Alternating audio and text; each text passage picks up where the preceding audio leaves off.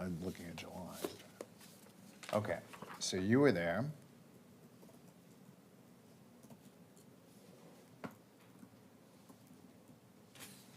All right, any other comments for the agenda, or for the minutes from 6/16/25? Hearing none, do I have a motion to approve the 6/16/25 minutes with that change? I move to accept the minutes with that change for June 16th, 2025. Do I hear a second? I'll second that. All in favor, say aye. Aye. Opposed?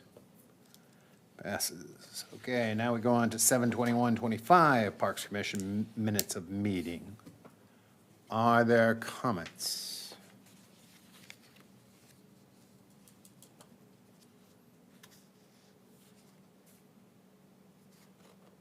Hearing no comments, I need a motion to approve those minutes. Motion to approve the 7/21/25 Park Commission minutes. Second? I'll second it. All in favor, say aye. Aye. Opposed? Okay. Please pass on again that we would appreciate quicker turnaround on the minutes. I've made the comment before. Public comment, there's none right this second. We're going to talk about Ridge, and Tony's going to talk at the end. I think we have one more set of One minutes. more don't we? minutes, August minutes. August didn't come in my packet. Oh, Oh, no, you're right, never mind. Yep. Well, that was the nature of my comment. Oh. They're lagging about a month behind. I have it in my packet. I have it in my. Yeah, and it's on our packet. Yeah, August 23rd Parks Commission meeting minutes were part of, Yeah, I didn't get it either, so maybe it depended when you looked at the packet. must have. I must have. Must have. Then we'll still defer it. We could read it over now. Got extra copies? I wasn't there, but Right up on your screen. you need to read it because you were here. I was here.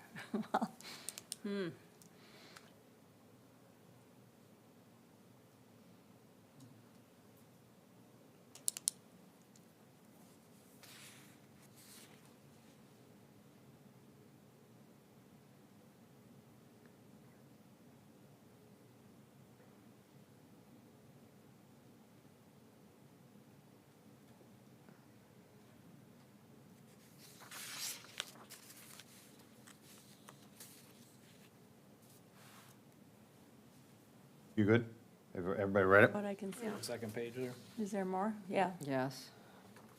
Who's, second page? Yep, we got Whoever's it. controlling it, you We got it? yeah.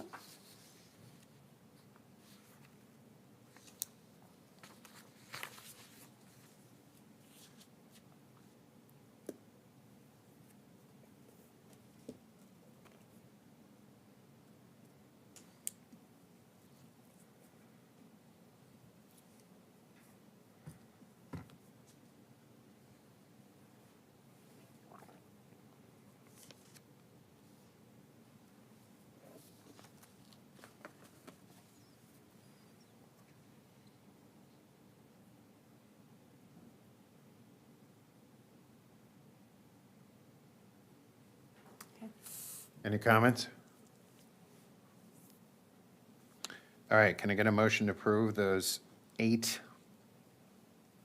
I'll make a August. motion to approve the minutes from August 18th. I'll second that.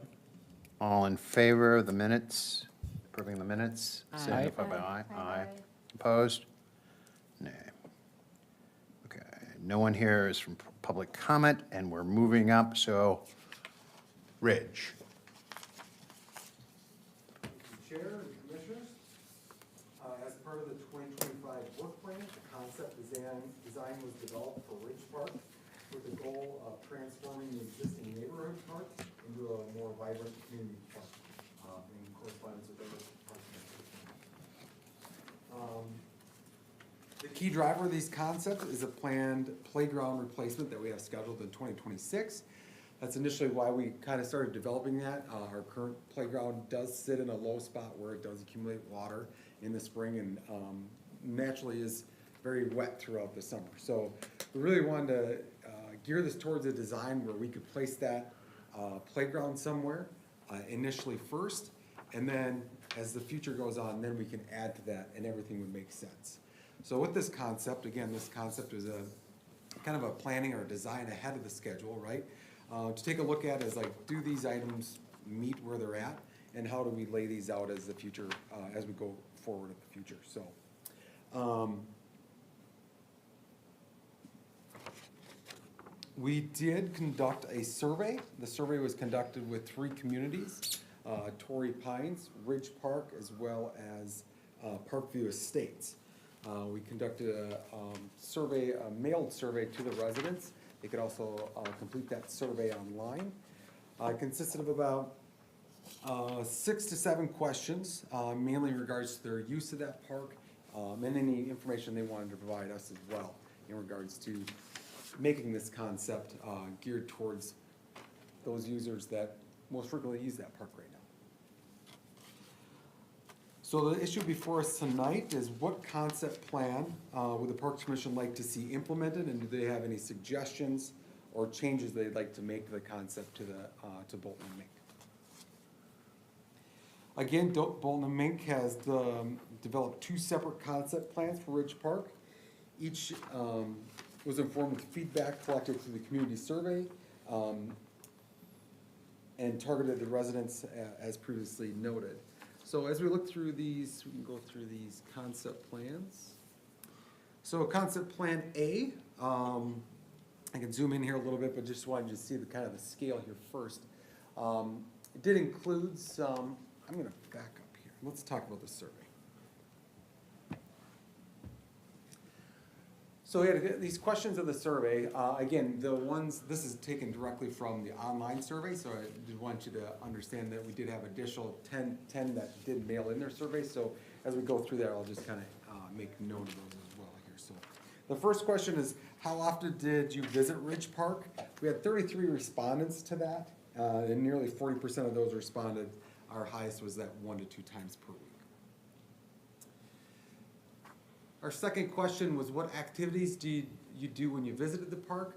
We had a majority of those, the most common activity that we got following that was walking, right? Walking with either your kids, the dogs, or just using that area to just exercise and use the trails that's there with the green space.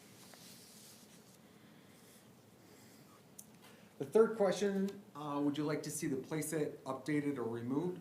80% of the respondents were in favor of having that playground updated.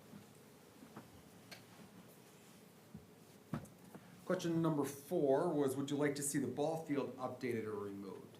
So again, a majority of those surveyed were in favor of updating the ball field. 57% of the online respondents were in favor, along with 4 additional written ballots that favored those updates.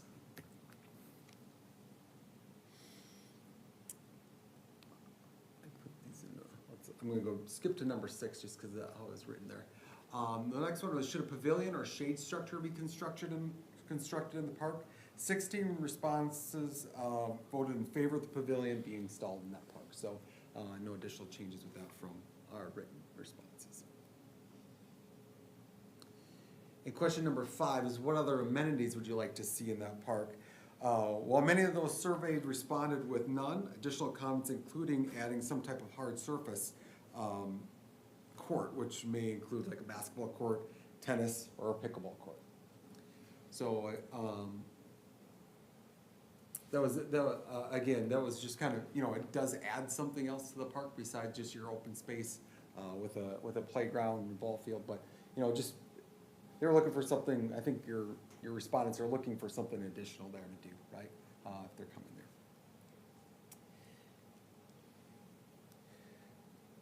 Now let's look at our concepts. So Bolton Mink put together 2 concepts for us. The first concept does include hard surface court, the playground, as well as improving that ball field. Does incorporate some youth soccer fields that would include, in general aspect would be one large soccer field if going east and west. those smaller ones going north and south, if you were to incorporate that in there. So it does include some of the major items that we do have in our Parks Master Plan as well. I'm just gonna zoom in here quick.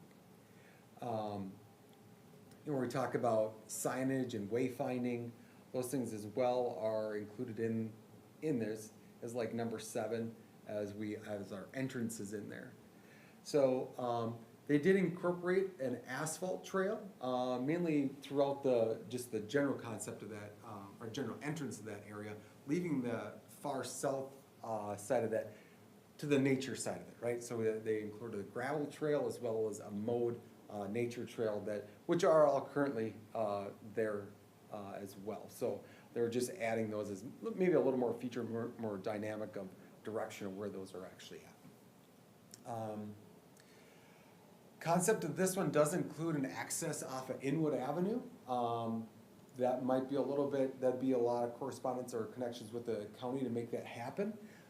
As we see the community grow, especially to the south, near the water tower, with plans there forthcoming before probably 2030, you will see, likely some changes to Inwood Avenue as well. So, which may include a trail along one side or another to connect that south quadrant to the future north, which include Parkview Estates, Torrey Pines, and additional development to the west there as well. So potentially some future trail connections there as well. So going back to that turn lane that they would have to provide there could get pretty costly for the city in order to do so.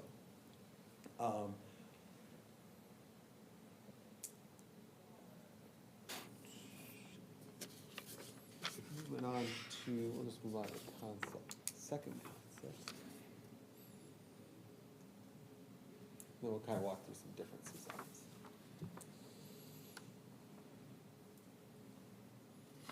So again, the second concept does incorporate more parking interior. Both accesses are interior, so again, turn lanes would have to go right into Parkview Estates off of Ivory, into there to access that. Probably a little more soothing for users versus trying to get directional right in there. Might be a little bit more difficult exiting there, and trying to go back to the south might be a concern for users trying to get out of that area. So, but again, does it still incorporate an asphalt trail? A little bit bigger in this concept, as it goes all the way around your ball field, soccer fields, and your playground set to connect right back to that parking lot. Again, it does include those limestone paths as well as those mowed paths over in those nature areas. Again, in this area, since we do not have sewer down there, portable restrooms would remain until we had future sewer down there. We do have a water tie connection into there, so potentially a future of some type of, if you were to do a pavilion there, some type of restroom or something could possibly be a future aspect there, so.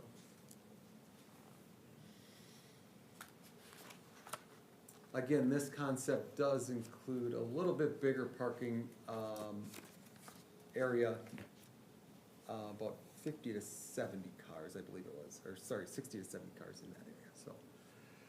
So just a few comparisons, again, concept A versus B. Full court basketball court, or full court, basketball at each concept. Potential striping for some pickleball there. Again, as we've had discussions in the past, where this is currently located is less than our parks recommendation plan of 600 feet from any home. Our closest home would be directly across there, less than 200 feet from that. So that would be a concern for staff, as well as it should be for the commissioners to address with the community potentially before something like that would happen. Updated ball field with in concept B and A both have a asphalt trail connection to it. I think that's something to consider as far as ADA compliance, to give people access to the playground as well as the ball field for those amenities that we use.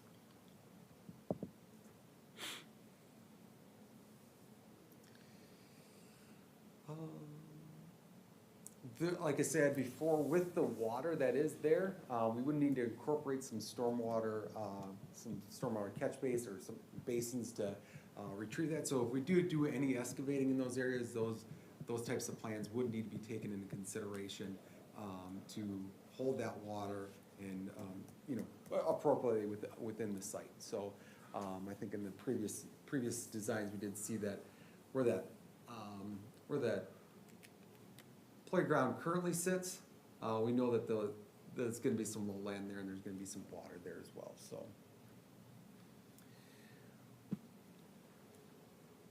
With that, I'll take any questions or, maybe some ideas that I can pass along to the designer for, either on concept A or B, but we are looking for direction on which one to talk with our designer with to make kind of more of a, updating any ideas that you guys have or final plans. Would you like to get the public comment now or later? Yeah, that's fine. Yep. Okay, Mr. Wortman or Mr. Snyder, either one of you want to go first? Rock, paper, scissors. In general, our rules are that we limit people to 6 minutes. We'll flex on that tonight, but if I start going like this, so introduce yourself and where you live. Stephen Wortman, live at 1668 Ivory Avenue North, and I definitely won't use 6 minutes.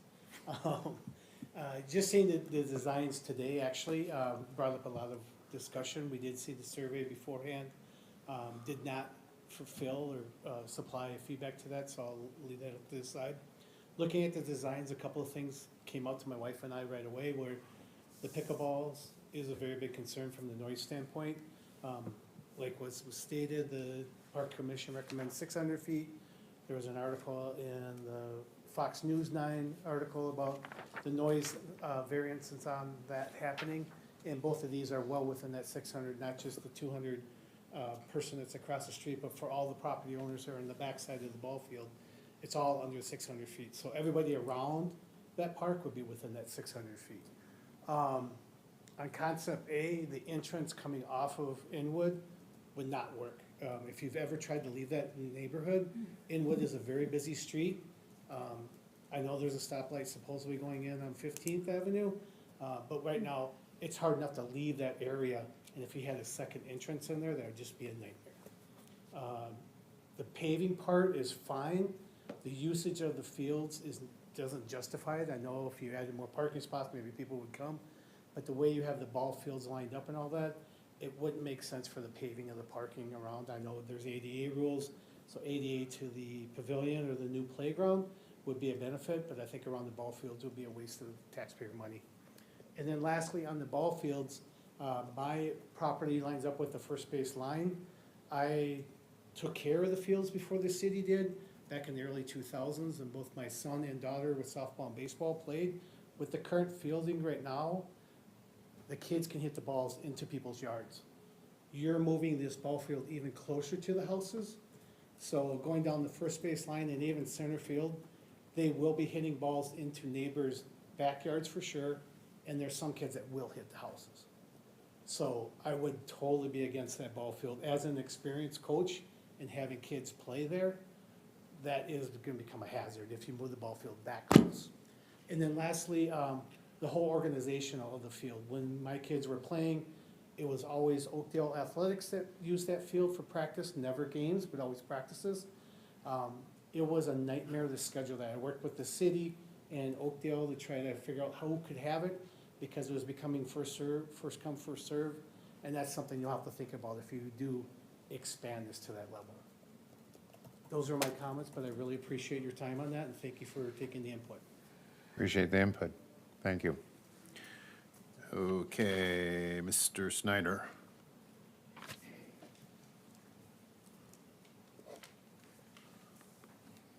Am I supposed to talk to the microphone or? Talk as you want. Just Okay. introduce yourself and where you Yes, live. I'm sorry, I'm Bert Snyder, and I live with my wife. It looks like just a few feet away from the 3 soccer fields you want to put in there. I think everybody who lives in this particular area lives there for a reason, and part of it is privacy, part of it is the serenity of living there. We didn't want to necessarily be in a hubbub. So I would have to say a number of us are probably used to a little more serene, quiet things. So this is kind of daunting to see what you have planned. And I appreciate everything that's been done. This took quite a bit of work.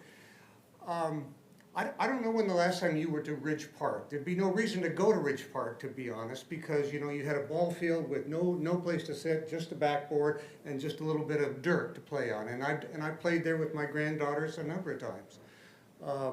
The playground equipment, they've got a little big for it, but I can tell you, most days, most springs, and a lot of times falls, it was so wet and muddy and full of water there, you couldn't use it. So I'm surprised anybody said that they used the park a lot. And since I'm home with my wife every day, all day long, I never saw that many people out there. One thing that I don't think is accounted for here is that I think it's a real concern of us is the noise. We talked about pickleball. I mean, there's been all sorts of articles and everything. I understand that Washington County has had problems with pickleball areas. They drop them into areas and then there's constant complaints about the noise and so on. And so I did a little bit of research, and Washington County now has about 80 to 81 public pickleball courts. I'm not sure why putting another one in our area would, you know, move the needle at all, but that might allay some people's, at least their fear. The acoustics of this park is kind of interesting. I don't hear well. I wear hearing aids, and I don't hear well. I can tell you when the sandhill cranes are in there, it sounds like they're standing at my back door. And I realize that they're loud. I can hear kids when they're on the playground equipment swinging. I can hear the squeak of the spring. So when I see you're going to bring 70 to 100 people every Saturday, every Sunday during the week to play soccer and cheer and move on all summer, all spring, maybe all fall, that seems kind of daunting to me. Now, I realize it's your land and you've got to do something, but if you really would look at the park, if I just drove through today on the way here and I looked at it, it's not, the schematic makes it look like it's this gigantic, huge area across there. It's about as wide as our neighborhood lots are. It's like having another neighborhood behind you. It's not like it's half a mile to a mile across there. It's a pretty narrow thing. It's a little bit longer, but you're not going to use that space. Everything's going to be jammed up towards us. So. Pickleball's a problem, the noise is a problem. What's brought up is the traffic. It's almost dangerous to get out of our neighborhood, to go across Inwood. We thought when it was done and some of the other roads and constructions were done, it would die down. It doesn't seem to die down. And it doesn't seem like it's just at night anymore. It can be on Saturdays, Sundays, any days. You've got to wait, and then all of a sudden you've got to jump in front of somebody else. Well, they might put one light in. I doubt if they're going to put 3 lights in. Our concern is that you put 70, 80, 100 people coming in and out of there, they're not going to want to turn left to go onto Inwood. They'll go through our neighborhood. People now are concerned about having the Amazon people delivering things in their neighborhood. I think they're going to go ballistic about having all of these people running through the neighborhood. So I appreciate what's being done, and I really appreciate the work that's being done. As far as the people who did the questionnaire, if they could see this concept, I think that would give them a clear idea of what we're facing. If you ask me, well, would I like to have, a few things newer? Well, yeah, I would. But if they say, but it's going to come with this price tag in terms of privacy, sound, and congestion, and these kinds of things, do we really want it? And so that was my concern, and I wanted to thank you all. I know what it's like to serve on these kind of councils and boards. It's a very thankless job. Thank you for all you do, and I appreciate it. Thank you. Okay. Commissioners, any questions? Even if you want to ask a question, go ahead, but you got a question, go ahead. Or did you want to talk? Come on up. I normally say come on down, but Do you want this? Yes, please. All right, introduce yourself, Mr. Bandy. So my name is Eric Bandy. I'm at 1694 Ivory Avenue North. Actually a recent resident of Lake Elmo, moved a little under 2 years ago from Shoreview. You've heard a lot tonight already from everybody on the noise. And that is something I think you're going to hear as a common theme. I'm not going to cover what was already said. I thought it was stated very well. Just wanted to add a couple more things. One, you're obviously probably aware, there's another development, sounds like two more developments coming in. Inwood is incredibly busy, and the amount of traffic is a constant noise. Two, we can hear the gun club from our property. So there's already a constant pop, pop, pop, pop, pop. And it depends on the weather as far as the temperature, as sound travels, but it's a pretty regular, some of our neighbors are here, it's a pretty regular occurrence. So there is already a heightened level of sound sensitivity, just due to, as the park sits today, with the traffic, you can even hear 94 sometimes, and with the gun club. So adding anything that would add to that noise floor just starts to degrade the overall experience of living in the neighborhood. The other thing I'd mention, and while I appreciate the thoroughness, the thoughtfulness, and the survey, it is a low sample size. If it would actually be pretty beneficial to get a slightly larger sample size to make sure it's a good representation of those that actually use it. I was the first one, when you read the comments, I was the first one. I'm out there almost daily with my dog, throwing the Frisbee. We use the park. I do see people out there. It is a park that warrants being updated and something to be done with. I don't think there's much debate on that. I think the question is how to balance the needs of the community with the issue of additional noise, and then the traffic issue, because there is only one through street, and it would add a lot, and it's curvy, and all of us, if we're not walking in the park, we're walking on the street with our dogs, and it's pretty common to see people out and about walking, and so if people end up having to drive through the neighborhood because they can't get out the other way, it starts to add a tremendous toll on the overall neighborhood and feel. Thank you. All right, back. Commissioners, did you have any comments, questions?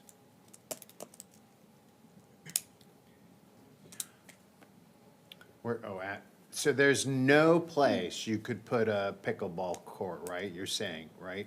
Nowhere in that entire area that meets that requirement. That's what I heard.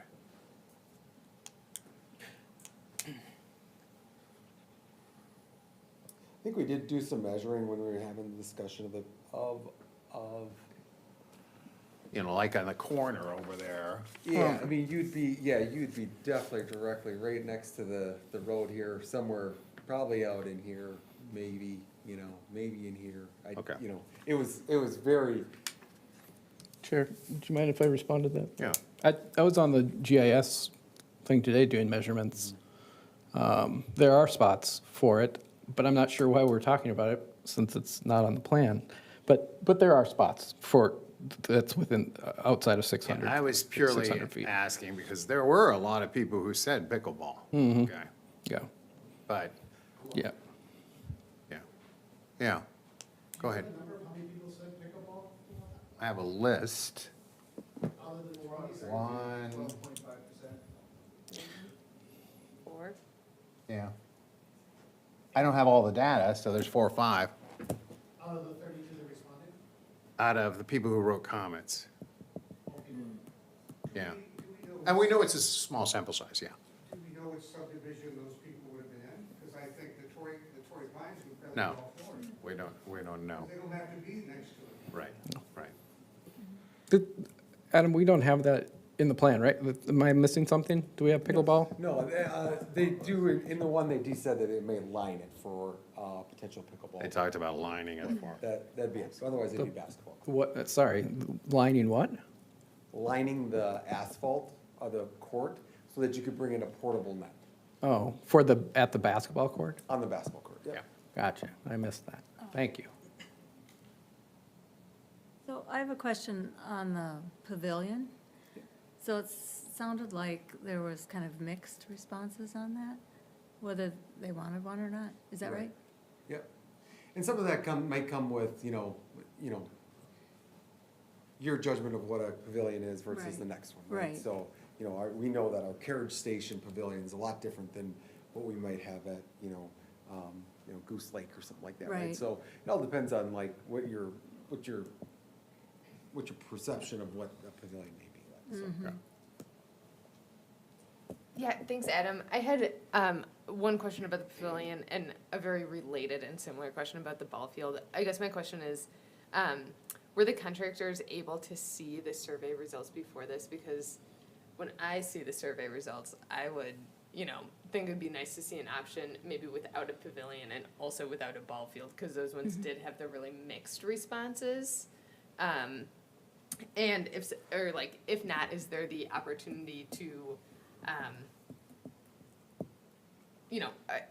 how long are we able to discuss this in like a back and forth before you are going to need some type of recommendation? Yeah, so to answer your question, yes, they were provided the information, the survey results, before they made the concepts. Okay, So, if you were to say, hey, let's proceed with, this concept, with options with and without, they'd be more than happy to probably do that. They're looking Okay. for, which one do we wanna proceed with, and what are the things that you'd like to see changed in those things?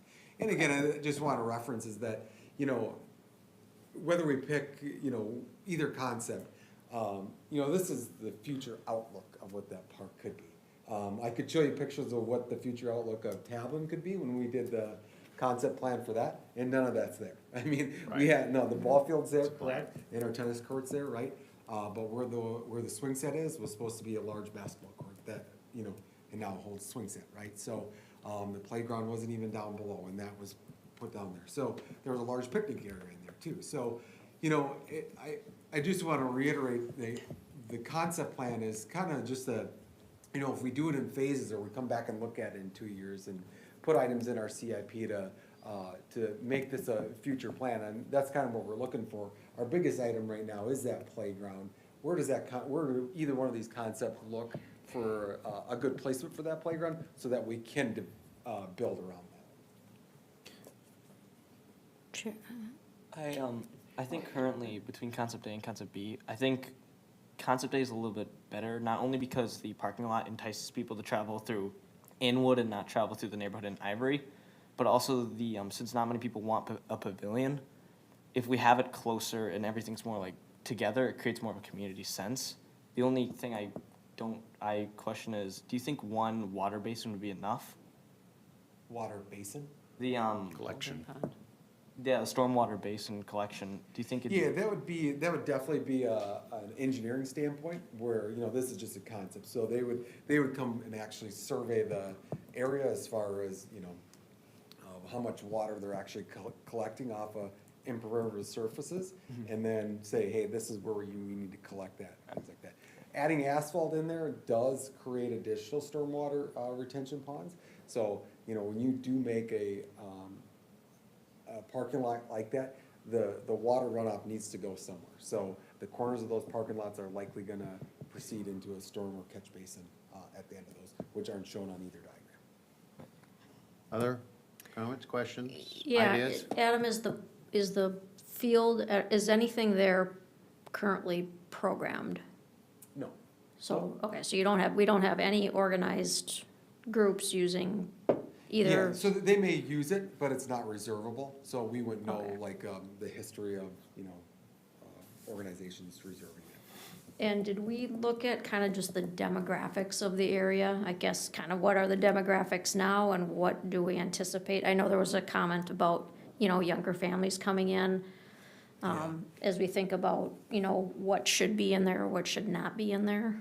Yeah, so, some of the, when you start looking at county data, where those demographics are, you're looking at more of the community again, so, younger families, things like that. So it doesn't actually get right down to what these 3 developments have initially, per se.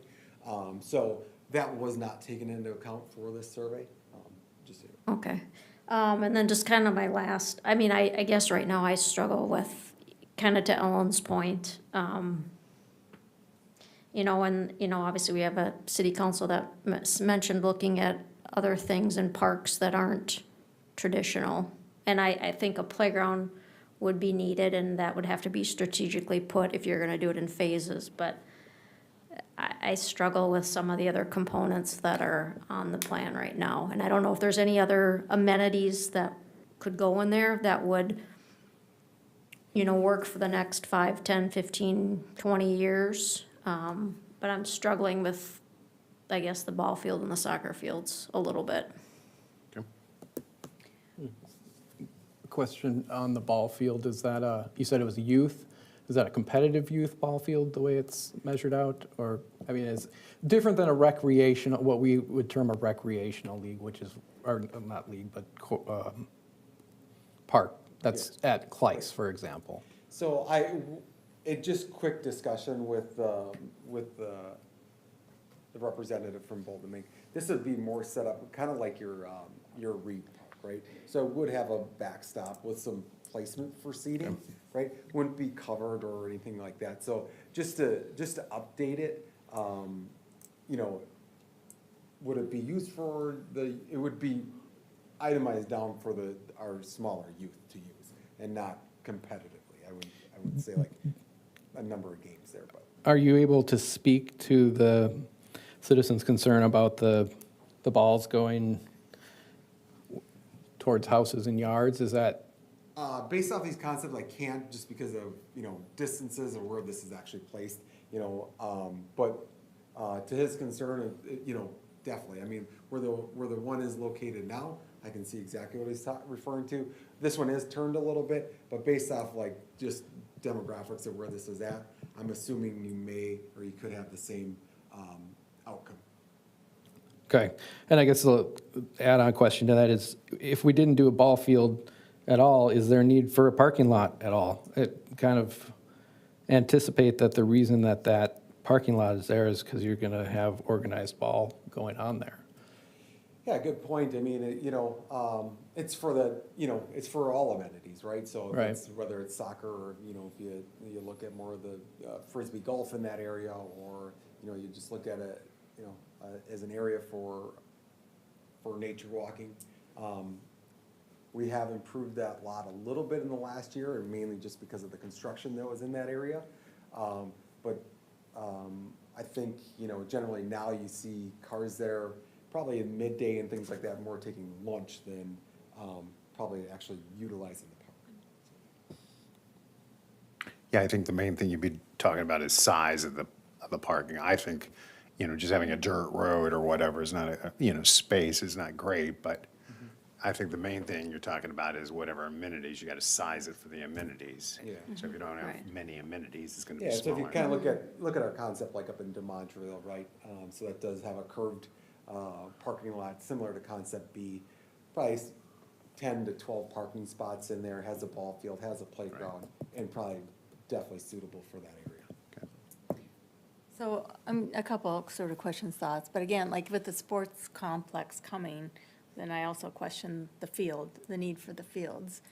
And then kind of to what everyone else is saying, what other opportunities could there be? I know it was identified like a fitness type equipment or however that was defined, a fitness park, whether that could be used in that space or not without the fields.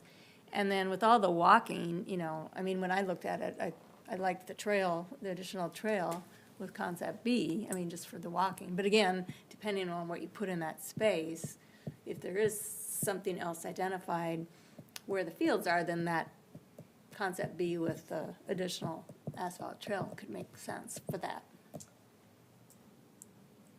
Yeah, just kind of continuing off of that train of thought, I have many of the same thoughts, but I also, like the trails through the woods, like, are pretty nice, and I guess I just wonder, I'm not aware of anything that the city has specifically that was in the Parks Master Plan, but Adam, I don't know if you're aware of any like recommended setbacks or anything like that, space requirements for something like a disc golf set that could use some of that open meadowy space. Yeah. I don't know. So just, you know, there is a third party involved with this, because there is a conservation easement with this park.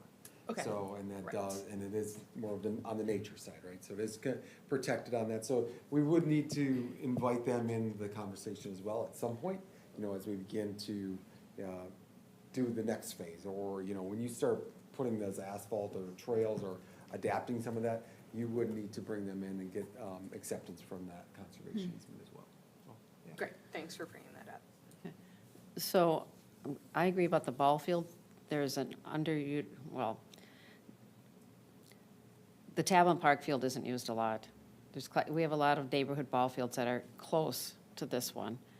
If we were to keep it, would it be cost prohibitive to move it more to the northwest and then swing the playground around to the south more? Or is that too much cost, and to solve the problem of the balls going too far?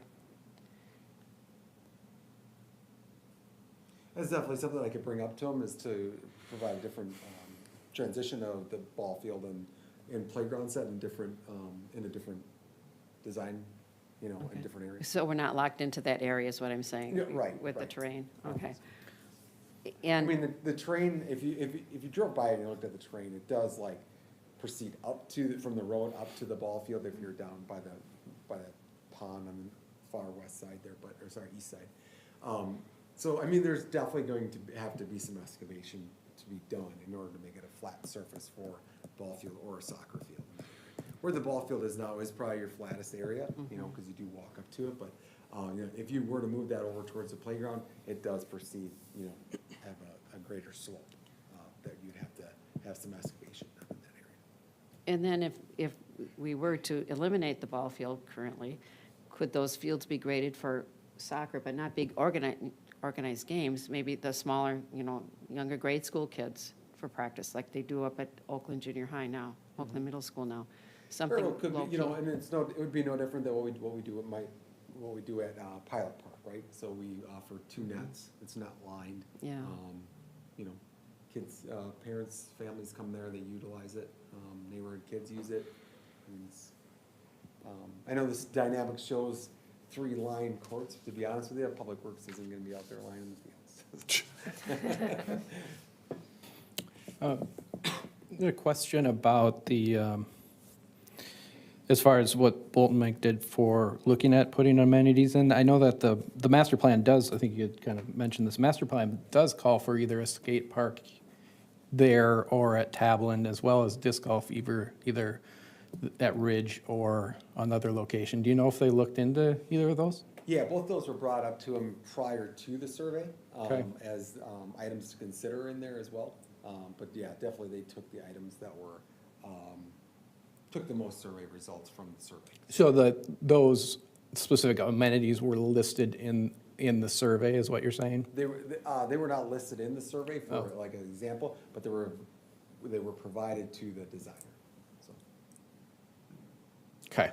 prior to the survey. So in our discussion, when I was interviewing with them about what our concept was, I provided them that information that was provided from that Parks Master Plan, which included, yes, the skate park, Okay. the disc golf, we had the exercise park as well, just some other options that we had that were floating around, that we wanted to utilize in our parks, just kind of the direction the city council gave us. Do you know why they didn't include that? I do not. Okay. City Council talked about a water park. I didn't hear anything about that either. Other comments, questions? I knew that would get the crowd going. Sorry. Oh, go ahead. I'm asking a lot of questions, but. No problem. That's why we're here. The traffic issue certainly is. I mean, it's an issue to be addressed. That's not what we do. So how does that fit into the puzzle for, I mean, obviously engineering gets involved, the county gets involved, people get involved, but is it, really how appropriate is it for us to be making any decision at all about how parking or traffic goes? I have trouble, I hear the concerns, I recognize the concerns. I also know that you want to have a place to park and get traffic moving, but it doesn't, how do we balance that? Yeah, I think you just look at that as the hindsight of it, as like understanding that the cost of that, of putting that in there, is gonna be probably extremely expensive. I mean, so when you look at concept A, as with the future build out of that tie-in would probably, in my eyes, probably would not happen, just because of cost effectiveness, so. Could you do the parking lot without that extension into Ivywood? Yeah, potentially, but I think the purpose of it is for flow, right? To Okay. get in, keep cars. So why would we be deciding between concepts if we know one of them is highly unlikely to be done? That'd be a suggestion she'd give, is to remove, or move the parking lot to a better location, or to eliminate the access off Inwood, and have them provide you a different example of how you could utilize entrances off of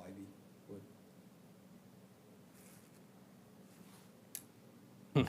I guess my thought at this time would be to request Bolton and Mink go back to the drawing board and look at some different options. And maybe rethink some of these a little bit. Well, that's one of the point of this meeting, is to give that Yeah. input, to go back to them and say, okay. You Yeah, know, if you don't like either concept, I could tell them Yeah. that, they don't like either one. Here's what I want them to buy. No, but we've provided a variety of different concepts and comments that we could meld into something else. Any other comments? I would just say, I mean, given that feedback too, then based on what they come back with, make sure the parking, whatever that looks like, goes with the plan. Right. So, okay, you're not gonna have fields, then you probably don't need that much parking. So just, I'm assuming that's what they would do, but Right. anyway. Go. Yeah, I think it would also be really helpful for us as a commission if they've considered some other amenities, but there's a reason that it's not being presented. Right. If we can just like see a little bit of that work, so we're not asking questions that are inappropriate, you know, like help us, help the community, I guess, that would be great information to have. Just a point of clarification, Chair, we taking comments on this whole right now, or we're just asking taking questions? comments, there's no motion, there's no nothing. Comments, input, suggestions, Okay, go to him. okay. Well, so I'll make the comment that I don't know how that ballpark fits geographically within the park. I don't have concern with us having another a competitive level, whether if it's for youth, along with this supposed sports complex, which we're a long way from right now. Having, shrinking our recreational fields, which we have 12 of that are very underutilized, but having ones in appropriate places that are competitive level for youth to utilize with the proper amenities that go along with it. I guess amenity for parking isn't really an amenity, but the parking that goes along with it. This, to me, is an appropriate park. It's 23 acres, which is on the large side for a Lake Elmo park by far. It's one of the top 5 for sure. Whether you can get the drainage right and get the balls not going into the yard, that obviously has to be determined, but I think there is room for it in this park. There's room for it and need for it in Lake Elmo. I would like to see some variation on what amenities we're putting in as far as, again, the master plan does call for some alternate amenities, and I think those are worthwhile looking at. That's my comment on this. Anything else? Okay, for the public that is here, this is very good you're here, very good you're providing input. Because a lot of things we've been involved with, we send out surveys, we do park-by-park discussion at the meeting, and then we go and do something, and we get a room full of people all upset because something was done, all right? Unfortunately, the bad thing about this is it goes on and on and on, okay?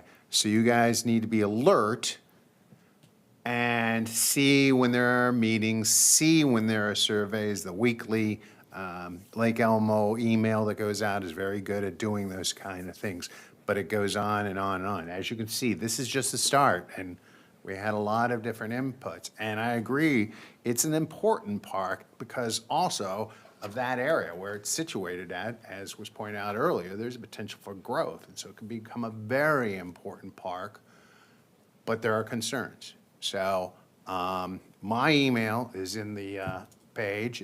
If you want to write something, you can write it to me. Of course, I don't do anything with it. I just give it to Adam. But it's input that will go in, and some of it will be looked at, and maybe it's feasible and not, or whatever. But it's very good that this group is here. Okay. Adam, this question's for you, because you kind of brought it up. We understood that when we moved in here in the late 90s, that whole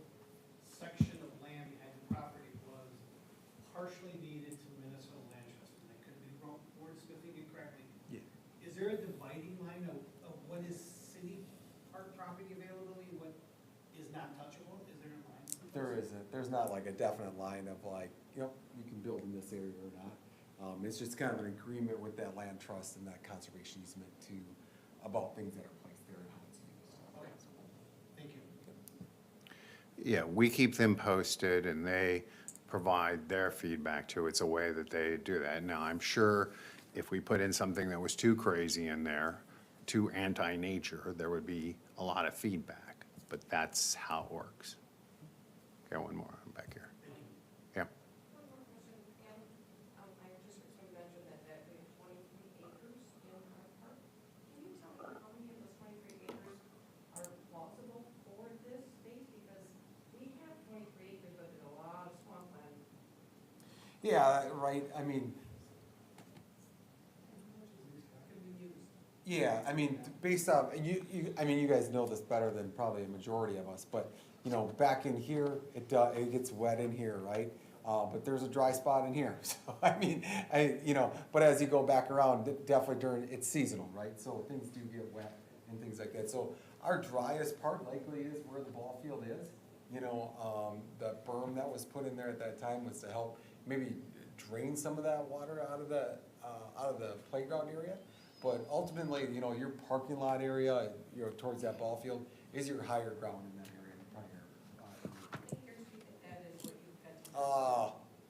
You know, it's not quite half of it, but, it'd be less, it'd be like a third of that, so. Well, the third is really buildable for the playground, just to put this into perspective. Yeah. Yeah. Right. Yeah, well, the rest of it is park.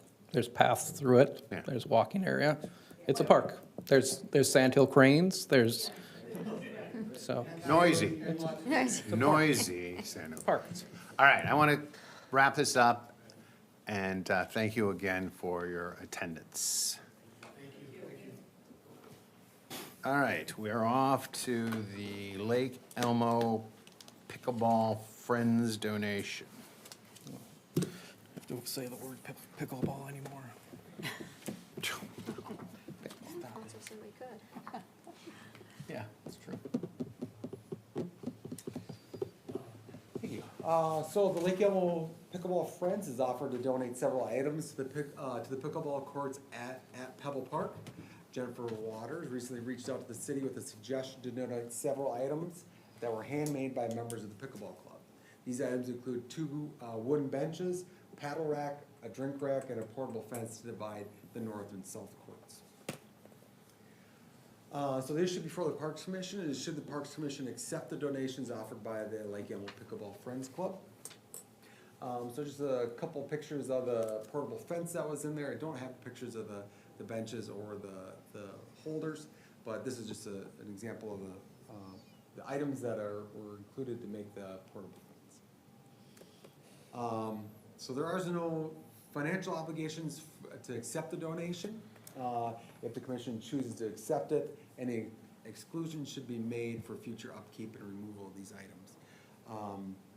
As you read in the packet, this is one of those situations, it's a little tough, right? So we did make the recommendation of not accepting the donation based on the fact that, you know, if they were to make one, the funds were there likely by that nonprofit to incorporate permanent fence, permanent benches, things like that, that we wouldn't have to maintain or upkeep in the future. So we leave that open to the Parks Commission for a recommendation, but that would be staff's recommendation. So. Okay. Questions for Adam? I have a question. I have a, it's not necessarily about the donation, but is there, it gets to pickleball a little bit. Is there a reason moving forward specifically with benches, paddle rack, maybe not the dividers, cause that's a little more expensive, that's just not budgeted as part of when we do pickleball courts? Yeah, so just to give you a little brief history on those 2 sets of pickleball courts, we didn't have 100% motion by the Parks Commission or the City Council to do either of those projects at the time. We were nearing about almost $500,000 to do the project. So adding that additional fence in there was gonna, at that time, I think it was about $20,000 to $25,000 to do it. Knowing that we likely weren't gonna be able to push what we had, I wasn't looking to add more money to the debt in order to do so. So that was one of the reasons why we didn't put it in there. Is there room for it there? Yes, there is. But it'd be a separate fence, and we're trying to utilize the old fence that we had at the time, so, yeah.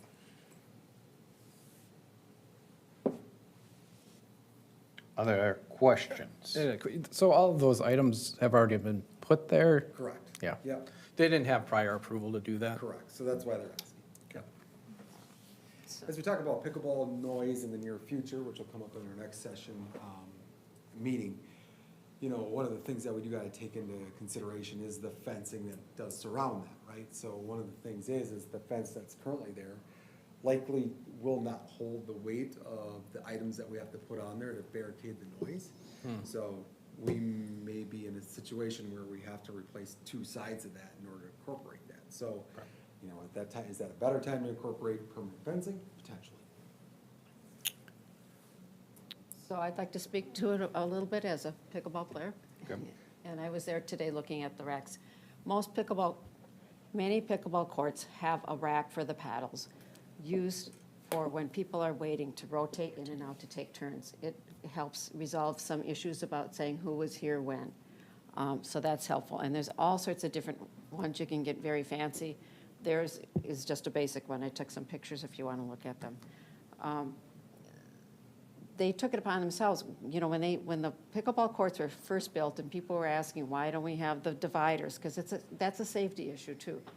And why don't we have the racks and stuff? Well, we had kind of, I think some people on the commission had said, well, maybe the people who use it can donate that, similar to Stillwater, when they had at the Stillwater Pickleball Association. It's dissolved now, but they would collect money from the members and provide things like awnings and benches and bins to keep things in and whatnot. And so the pickleball players did come up with this, you know, they made it, they offered to maintain it.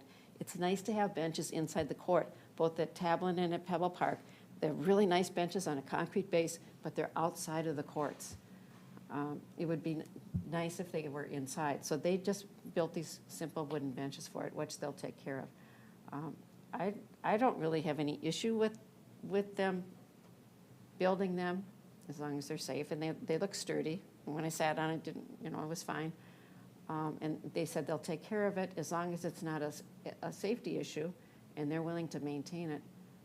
I think this is what we had kind of hoped the pickleball players who utilize it a lot would do. I'm personally not comfortable with the fencing, though. I Or think the fencing that they have. the fencing currently. that Adam just showed us, the green, Yeah. yeah, that's completely unsafe to me. I could not support that. I'd have a trouble with that. I think that's I think that's a liability. Yeah, I wasn't addressing that, I Yeah. forgot about that. This year, the Stillwater Parks put up fencing in between, Northland is the really nice park with permanent fencing.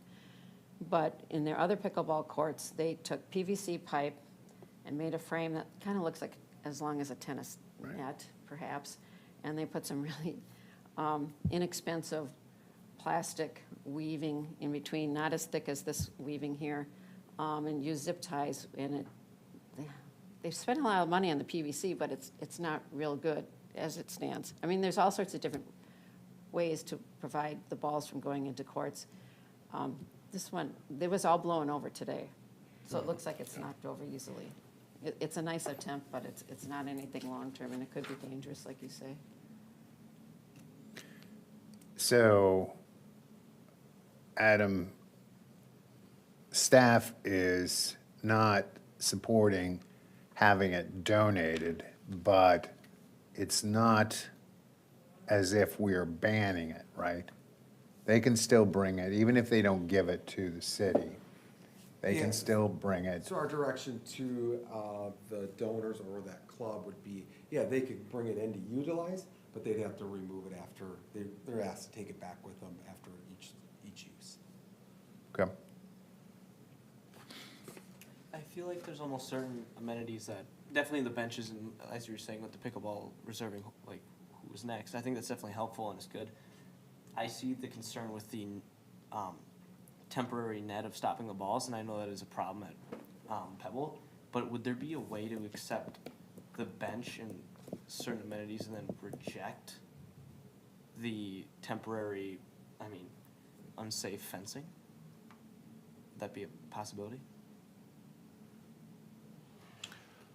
I believe that you could fashion a motion that would say that, whether, so I assume if, the group is the only people who would have a problem, I'd say, with it. Okay, well, we wanted to give you all this stuff, why are you only taking some of it? But they might not have a problem. Yeah, my only suggestion would be is like, you may wanna reconsider even the bench part of it, the paddle holders, the drink holders, have your opinion on that. The bench would be maybe another consideration, what not to approve, whether they're in good condition or not. May wanna get something from an actual Bench company. bench company. That's why we suggested the aluminum one, something that's, can be put there, be utilized, be moved. Well, that's one thing that we could do is basically, as you were saying, is make a recommendation not to accept it as a gift now, but with comments. Yeah. And the comments might be, hey, this stuff really needs to be permanent, all right? You can still bring it in and out, but if you're going to give it to the city, it should be permanent. So you could phrase a motion like that. I don't know if we're making comments or asking Adam's questions, so I'm. Well, yeah, well, we're know. just asking questions, that's why you gotta Yeah. phrase it in the form of a Well, question. I mean, I don't know if we're discussing, if we're having discussion before a motion or As not. long as you gotta put a question mark at the end, this I'm is Jeopardy. I can. But otherwise, I could do I'm gonna that. need a motion, and then we can discuss the merits of the motion. But if you have any more questions? Hearing no questions, I have one there was a question. So, Adam, as far as regarding the benches, is there a liability issue at all? Yeah, I think just being on the structure of it, we're not inspecting the benches, right? Because, does our playground inspector go through there? Yes. But what's he looking for at this point? Is it 9-penny nails that were used, or should he have used some, type 10 screws, whatever it may have been? Like, that shouldn't be he shouldn't be having to go through that, you know what I mean? So knowing that it comes from a reputable company that makes benches, that's, warranties them, that's a lot easier to go through than to, eventually go there and find it broken and just dispose of it. Yeah. Like questions? Now we need a motion.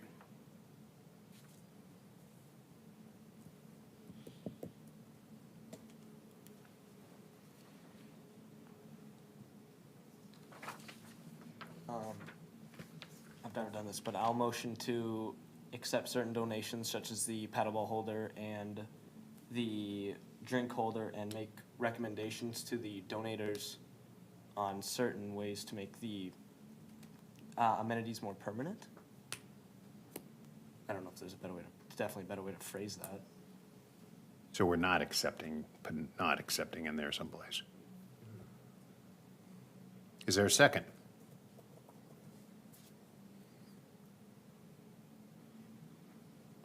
Now I'll second it. Discussion.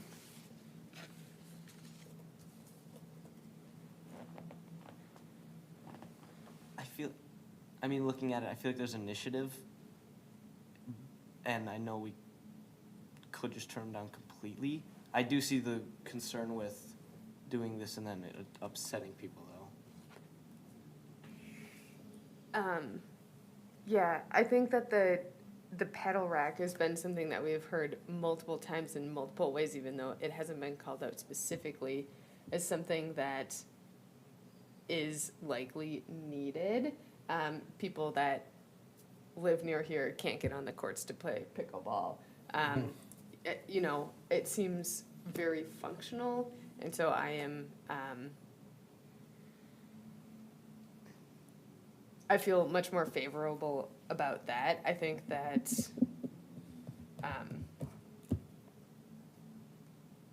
the other elements have more pros and cons. I guess I'll just say I'm in favor of having a legitimate vendor supply park amenities and parts, pretty much across the board. I 100% into people utilizing a donation process to do that, but whether it's park benches or whether it's gazebos or whether it's rack holders, we should be buying from a vendor. We should be aligning it with our design aesthetic. Certainly, we could put money towards benches. We can afford that if it doesn't have, if it's not a donation. But I'm in favor of having it from a vendor and having it look nice. I think that fence in particular, I think I was very curious as to how that got there, and I just don't think it's, one, it hasn't held up to do what it's supposed to do, and two, it just doesn't look right for something that we just spent how many hundreds of thousands of dollars on, and have some snow fence in there. So I'm not in favor of having any of those items in there.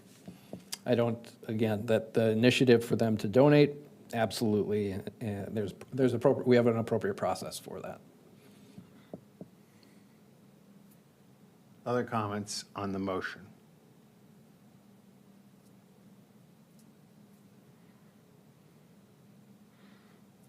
I feel it's okay to accept the paddle holder for now, in the hopes that people will organize and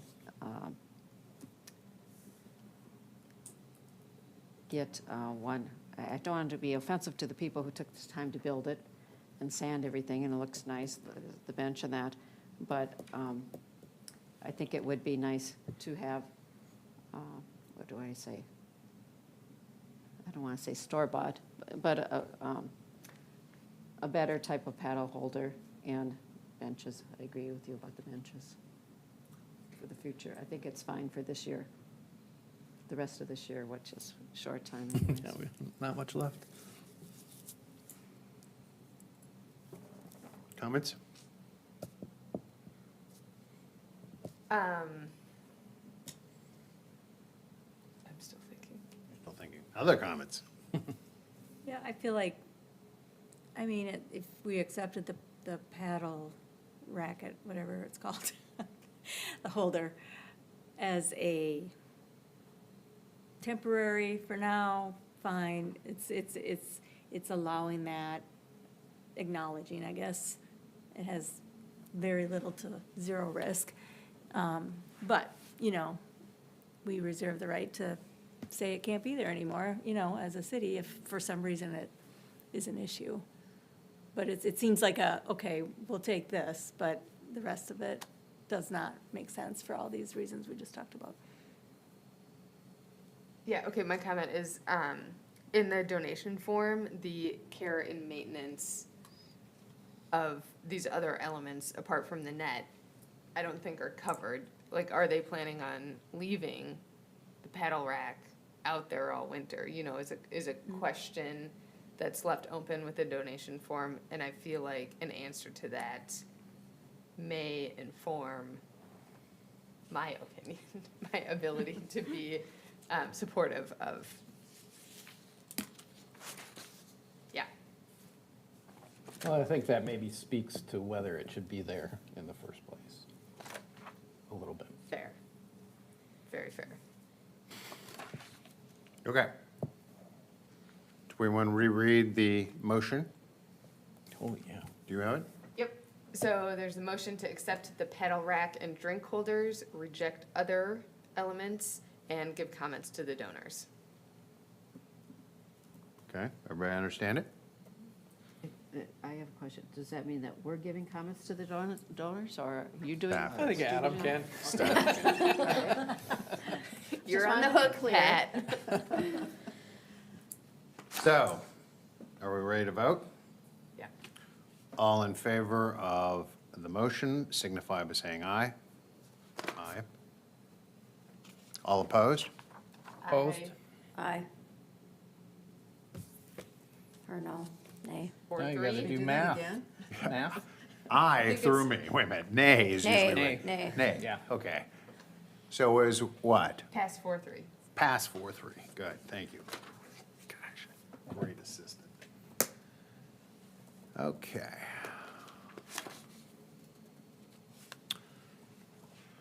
How about the bench? Another bench to look at.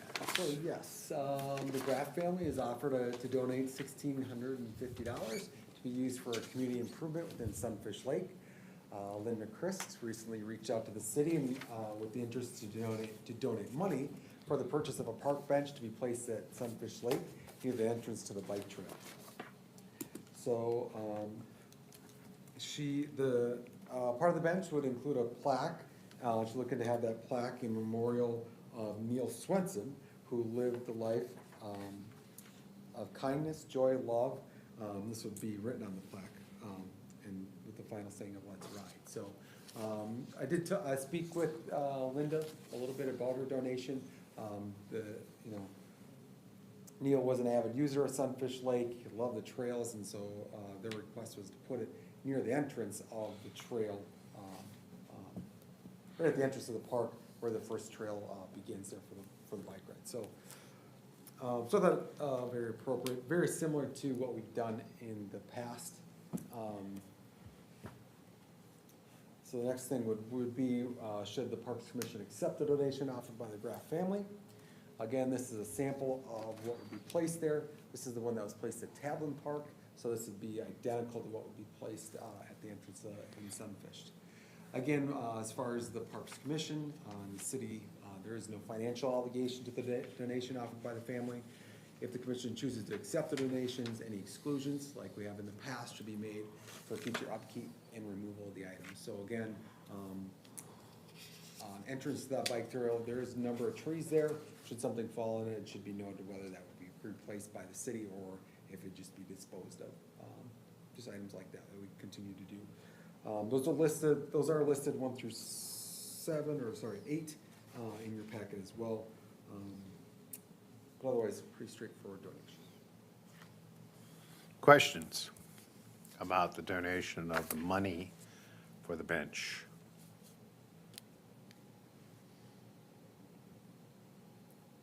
No. Do you have any concerns about that does that location make sense to you as far as where they want it? It wouldn't be it would be in the woods, so off the side of the trail, just like we have done for the other two Oh. in there. So it would, no, we don't have any concerns of where it's going. We've looked at the area. The placement for it would be useful. So. Okay, okay.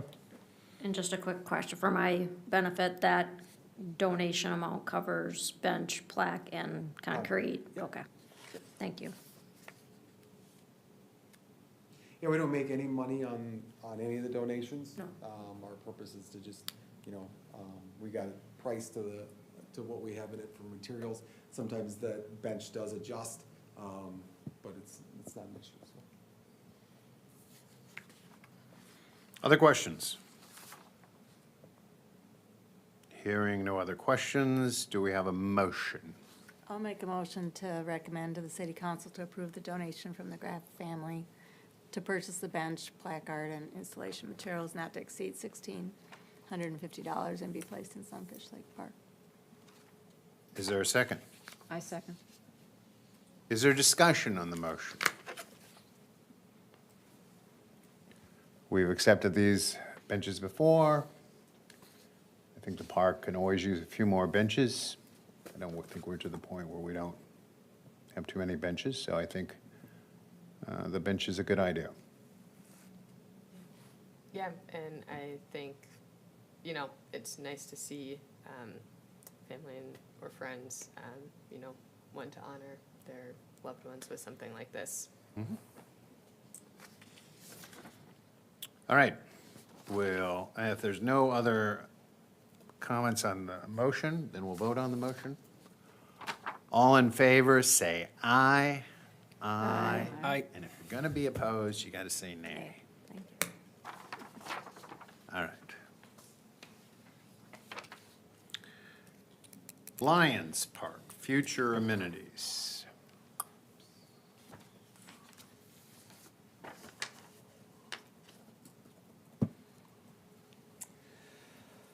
So yes, on September 9th, the Parks Commission held a joint workshop with the City Council to discuss upcoming park amenity replacements and improvements. During that session, the City Council directed the Parks Commission to explore alternatives to full playground replacements in neighborhood parks, encouraging more inclusion of unique and diverse amenities in their place, and maybe looking at more centrally located playground sets. So just a quick reminder on our capital improvement plan for our Lions Park in 2026. We do have the playground that we're looking to have installed, the surface reconstruction, the pickleball courts that we'll talk about, an additional new park pavilion that we've chose Lions Park for 2026, and then an expansion of the asphalt trail network. So I'll kind of just go through those one by one here. So the issue before the Parks Commission tonight is first, would the Parks Commission like to make any changes to our Lions Park playground recommendation to City Council? So again, we reviewed that, we made that recommendation of $315,000. We picked that playground set, we submitted to them, and they said, let's hold up a little bit, let's have this conversation, right? So do we still want to proceed with what we have, or do we want to go back to the drawing board with that? Second one would be, would the Parks Commission like to proceed with the reconstruction of the courts and ice rink surface, or recommend a different use or amenity in its place there? Mainly that comes with the conversation of our pickleball conversation, right? That distance between homes. Third one would be, would the Parks Commission like to proceed with the construction of a pavilion, parking lot pavement, and the connection to Lions Park? So the trail connection from the parking lot all the way through to the concession stands initially, so.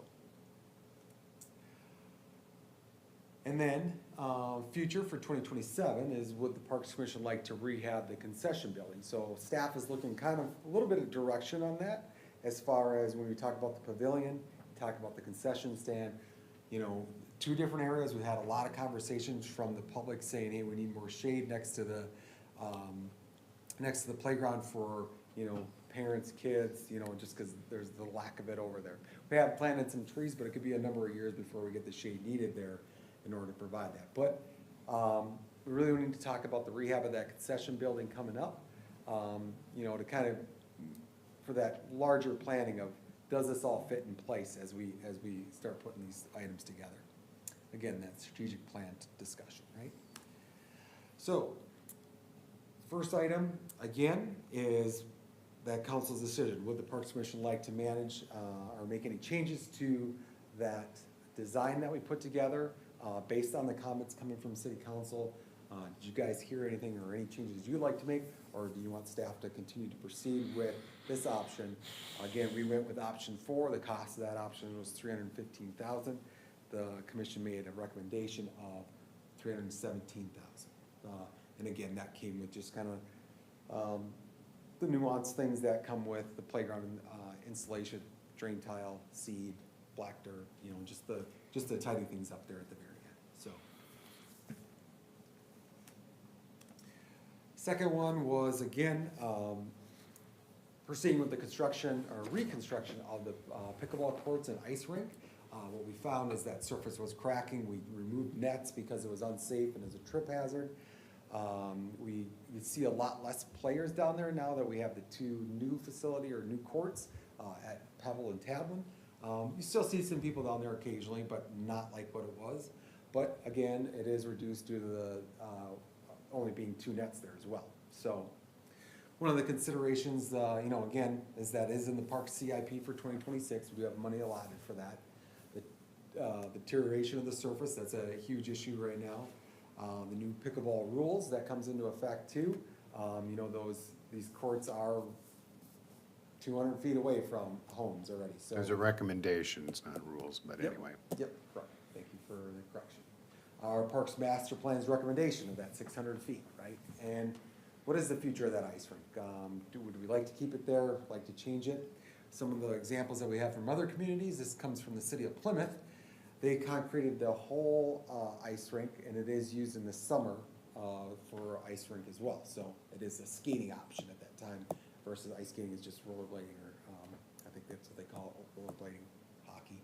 So is that a potential option in lieu of that if we're going to remove those pickleball nets? So Again, ours would look more similar to this than your previous image. We would remove that drain in the center of that court, so water would drain out the side of it versus trying to utilize that stormwater drain.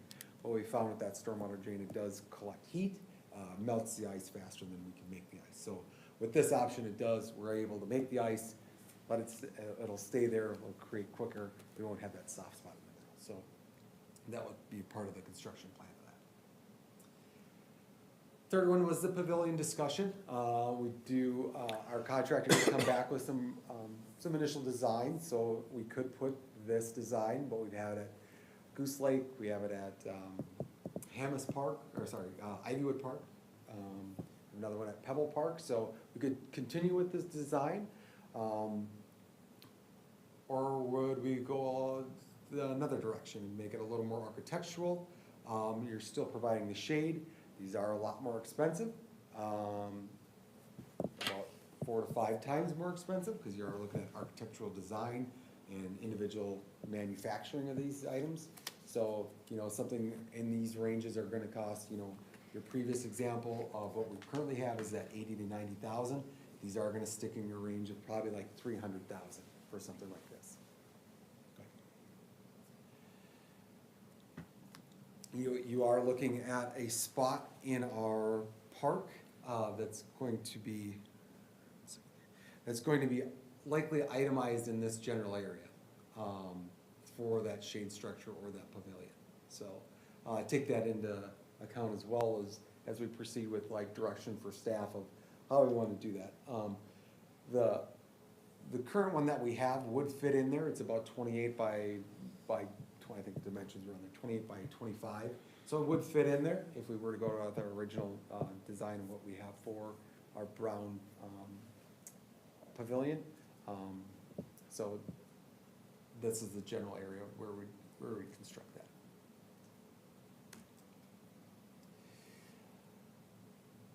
Our next one would be discussion of our future of this concession stand. So in our park CIP currently it includes a renovation of the concession stand in 2027.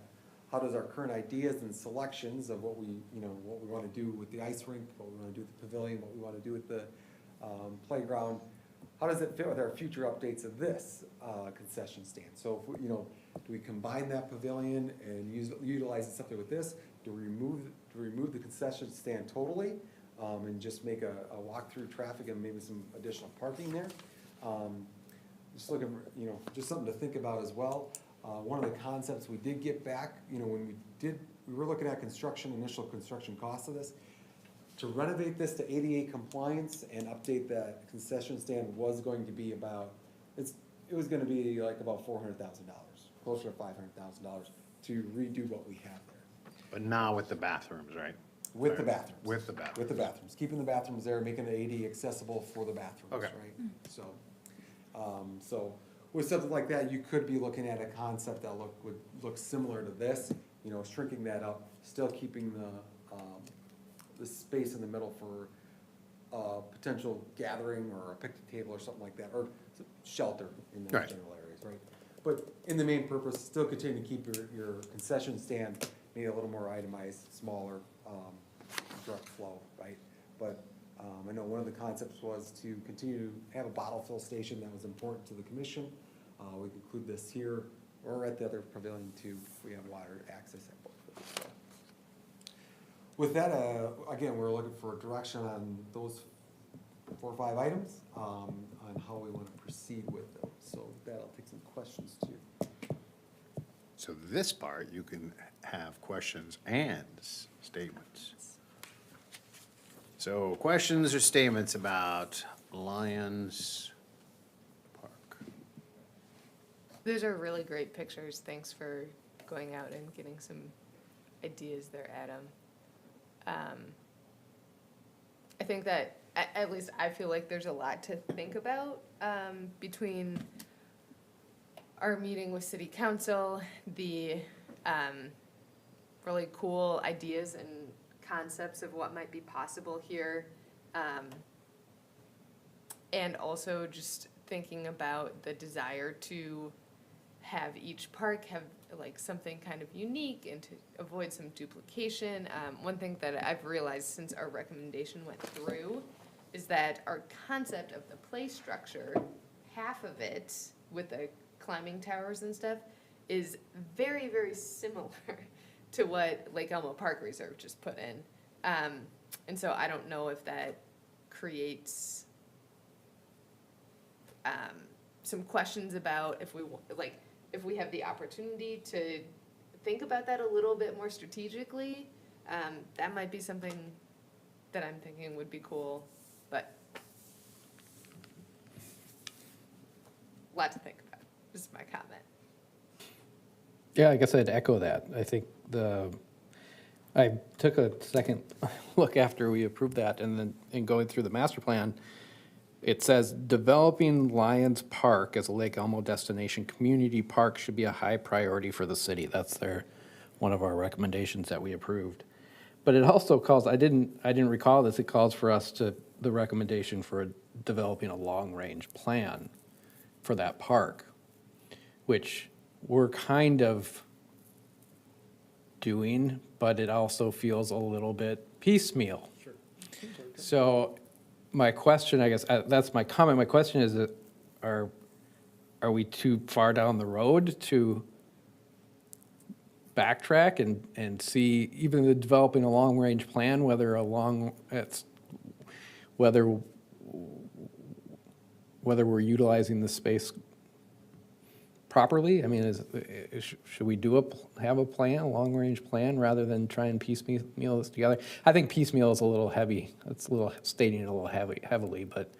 Yeah, so I think, I'd have to look, but I think in 2016, there was initial, like, plan of how that all developed out, because initially there was, I think, don't quote me, I think there was 2 tennis courts there. And they changed that over to the ice. Yeah. rink. No, this is in our current master plan Yeah, yeah, so I'd have to look to see if there was a plan in 2016. Yeah. When they revamped the baseball field, right? Okay. To include, because that's when they did the changes to, the tennis court and all that. They Okay. Added the volleyball, right? What Okay. type of plan that incorporated? Sure. Was there surveys, Sure. the future of that, so. That would be, and do you piggyback off that, or do you take information from that, or do you start all over, right? Yeah, I guess I'm asking, is it too late to tap the brakes a little bit here and back up? Yeah, you have a lot of items on the CIP in the next, you have Lions Park on the CIP for the next 2 years. A total reconstruct of it. You can right? always So- tap the brakes. You spend the money on something, but it would push it out. Okay, that's the thing. Yeah, but, we're talking about resurfacing courts that we're not even sure should be there at this point. Right, or whether a rink should be there, or is the concession stand in the right spot? I mean, obviously, the field probably isn't gonna change necessarily, although it could. It could. It could at this The point. I playground don't could know. change, See, this is one of the big things out here, is the bugaboo to me, is the big recreational ballpark area. What does that look like? Because for a long time, and I believe Pat brought this up, all cities have this center city park that draws people together.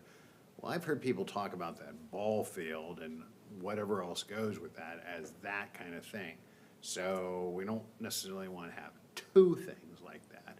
And you're absolutely right. I could see the ball field going away, or the nicer ball field going over to the VFW park.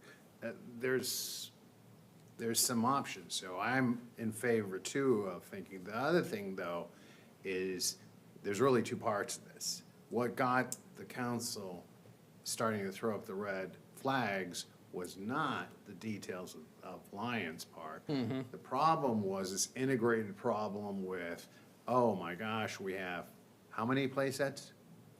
20, or We have- 27, We have 12 and 12. 13. Yeah. Yeah. so- And I have in my notes, I don't remember what it was, but one of the councilmen threw out a number to reduce, okay? Something. So that's kind of a side question that needs to be answered. You and I have talked about that, about putting together a list and just deciding which playgrounds stay and which playgrounds go. So that's one issue, okay? Then you have Lions Park, okay? And the way I sit here today, I don't think the pickleball works in there. Skating rink, I'm more interested in, okay? I've got a big question about whether the ballpark goes or stays based upon this other stuff that's going on, because if it goes, there's a lot of options then that are available for that park. And I think there is a need, regardless, for the shelter. You had some good ideas on the shelter. The concession stand, I know there are certain community leaders that are very influential, that are very interested in the refresh, the remodel, the concession stand, to make it more than just a ballpark hot dog place, okay? To make it, again, more of this community thing. So I think that's another big question, but we're talking some bucks there. I'll also throw in the fire station. You know, you're gonna have this big new Yeah. brew tap thing right across the street from there. It would be a great thing to potentially leverage into activities at the park, okay? Therefore, there are a lot of questions.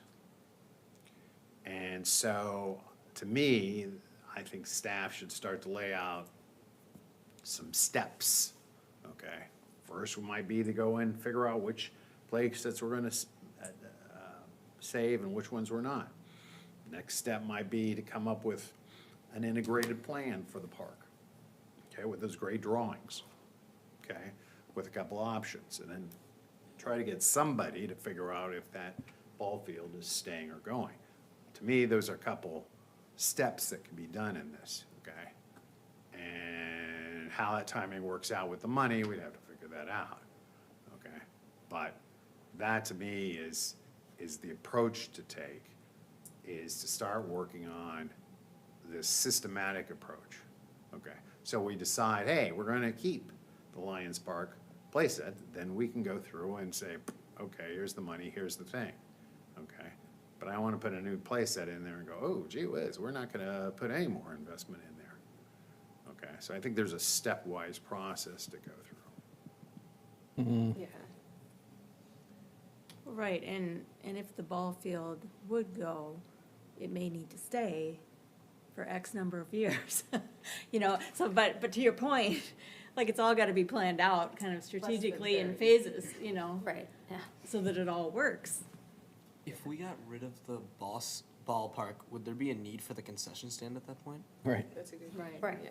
Well, it would have been nice when they do citywide events, you know, like That's what fireworks and that stuff. The people that I'm talking to are looking at it Yeah. for, as kind of the remodel, that the Christmas tree lighting, the Fourth of July parade, the 125th anniversary of the city, those types of big events, having them downtown and having a place that is suitable for food, suitable with the bathrooms, that kind of thing, which. Farmers market. Farmers market could be a location Oh, of the yeah. farmers market, Yeah. okay? We did have, a comprehensive plan did call for a civic square, which got abandoned. Yeah. And to me, I think, again, I think this is 4 acres we're talking about. It's not a huge space. And I guess as you kind of alluded to, that ballpark's taking up a section of it, a significant part of it. But I guess I would be careful with, it sounds like what we're talking about is developing a long-range plan for that park. Right. And more, that's what I'm in favor of. Yeah. Yeah. I still think some things need to be done now, specifically the playground set. When, I don't know that both playgrounds are going, both ballparks are going away anyways. Lake Elmo Ball is growing, and other people, I mean, there's Legion Ball, there's other things. You know, I think the 4 fields over here aren't gonna be the answer to everything. You know, they're not gonna get rid of Reed Park, and not gonna get rid of the VFW field and whatnot. It's really nice to have a great playground structure between the two ball fields, for siblings of the ball players, just for people in town, I think it deserves a safe, brand-new, big playground. I mean, if the one there is questionable. And I That's agree, been and I finished. agree. But part of that is if the council, and I'm remembering more, they were talking out of those 12, half Yeah, like 6 or 7. going away. Well, I'll be on record and saying that that's not what I'm here is to be a proponent of getting Right, rid of right. playgrounds. So that's, But that's the question that the council came in our discussion with them. Hey, and that's what prompted them, the whole thing here is, oh, we got too much. It's going the wrong direction. we've got a budget, we've got the numbers in our CIP right now aren't made up. We've got money in there. Right. So, I think that's. Yeah. I would Maybe- just be cautious if we did the playground and we do a long-range plan and say, oops, that's not where it was supposed to go, or parking gets rearranged. I think you wanna make sure when we do a new playground, which I think one would be suitable there, it just might not be in that location that it is now. It could not, cause some other things may stay or go or get moved around or. Yeah. So I think a long-range plan to support where that would strategically go makes sense.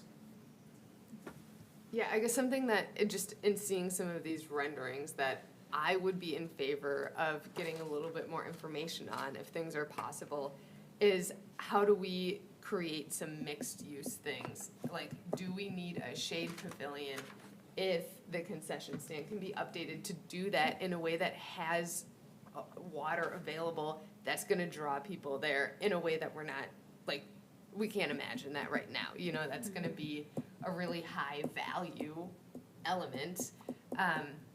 Is there a way to connect the playground, like, if we're talking moving elements, in a way that's closer to downtown and like a little less shoved off in the corner? What would it take to move the ball field? Like, if that is going to be double the cost of anything else, like, I think, at least to me, that's a pretty decisive answer about the boundaries that we have to work in. But I guess I would really be supportive of seeing some of these options laid out in a little bit more advanced way so we could make a more informed decision. I also want to just like voice the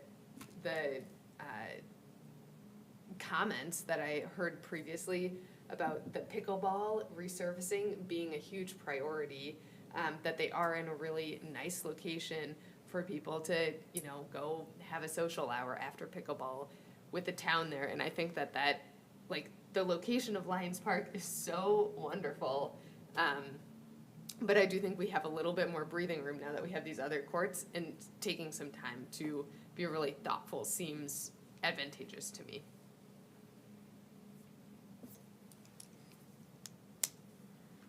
Good input.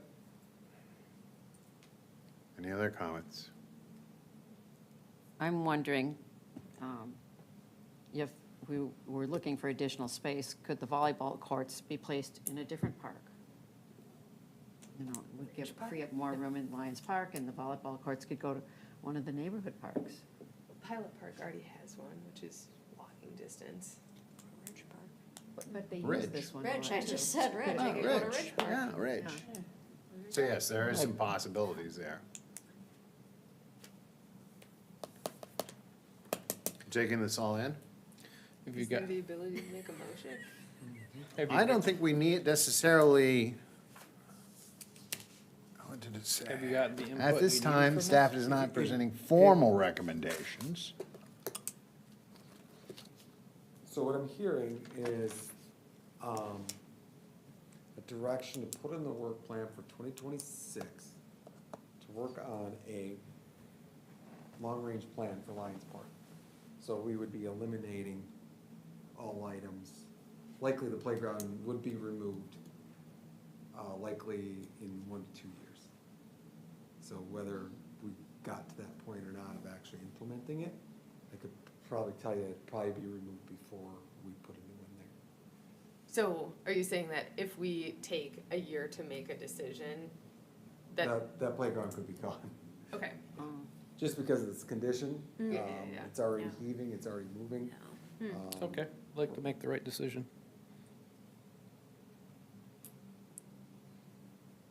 So Thoughts so on like I that? said, what I'm hearing is, we put in the work plan for 2026 to make a long-range plan that likely wouldn't be implemented until 2027.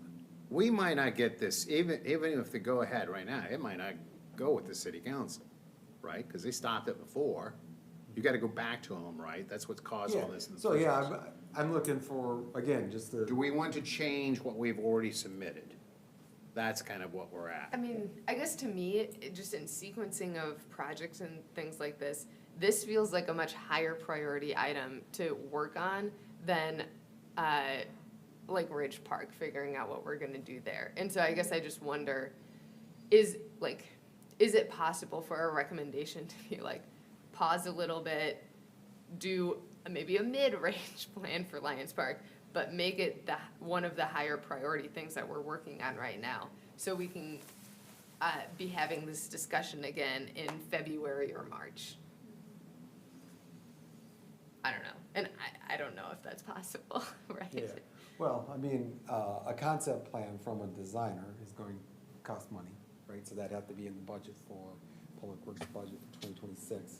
Hasn't been approved yet, the budget, but it would still need to be passed by council in order to do so.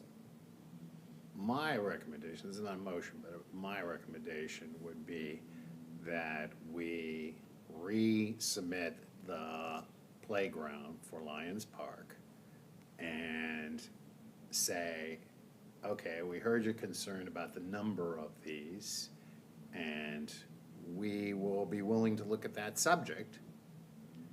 And also, we're looking at a overall master plan for the whole park, but we're 100% sure that the playground is needed there, where it's at right now, and we're still good with that. They can vote it up or they can vote it down. Sure, we're stuck with the locate, working around it, but that's, yeah. Yeah. Well, Yeah, and that's we're the only using elements downside, of that's the current only downside, with the is you'd have to work concrete around it, We'd yeah. have to work around it. We'd have to That's work the around point. it. Yeah. Yeah, I think it's okay to have, you know, Well, again, they'll give their feedback. Yeah. If they might say, oh, no, we need a comprehensive plan, or we need the list of all the playgrounds, which ones you're gonna cut first. Fine, then we'll work on those. But our approach right now is to fix the playground as we have proposed. And two other things is that we're willing to look at the overall number of playground equipment in the city and potentially look at reducing some of those. We don't think Lions Park is the place you do that.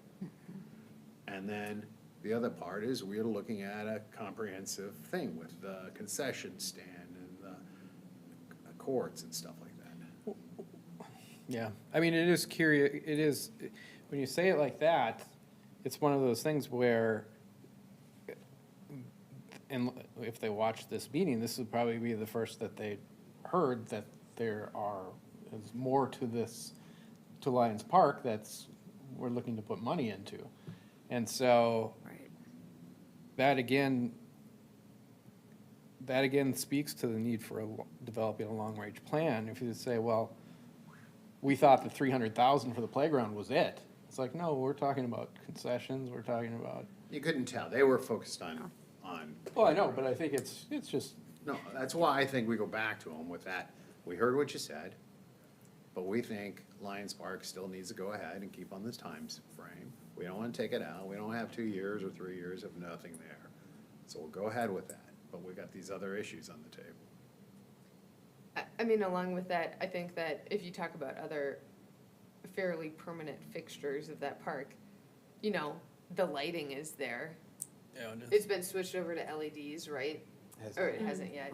I mean, I guess I have a hard time envisioning all of that infrastructure moving the courts are in really bad shape, and we talked about last year for over several meetings, I think, about, you know, hey, can you do a liner to keep this multi-use, like, you know, move it, like, thinking about what that storm drain is doing, and kind of engineering around that, so I think, like, I do feel like that was a really rich conversation, and I think that, at least am still very happy to see that be a multi-use space with pickleball and skating in the winter, hockey in the winter. And I don't see the lights moving per se. Is that because I haven't been presented a concept? Also, yes, but Remember, the lights were a problem too, but, all right. Anybody else? Input, this is input time.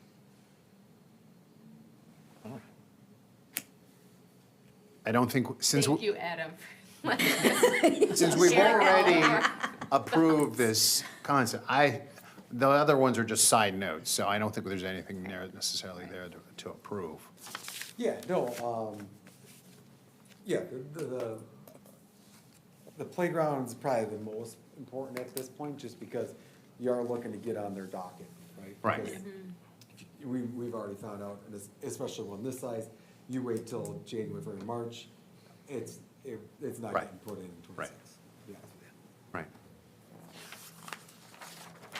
You okay with that?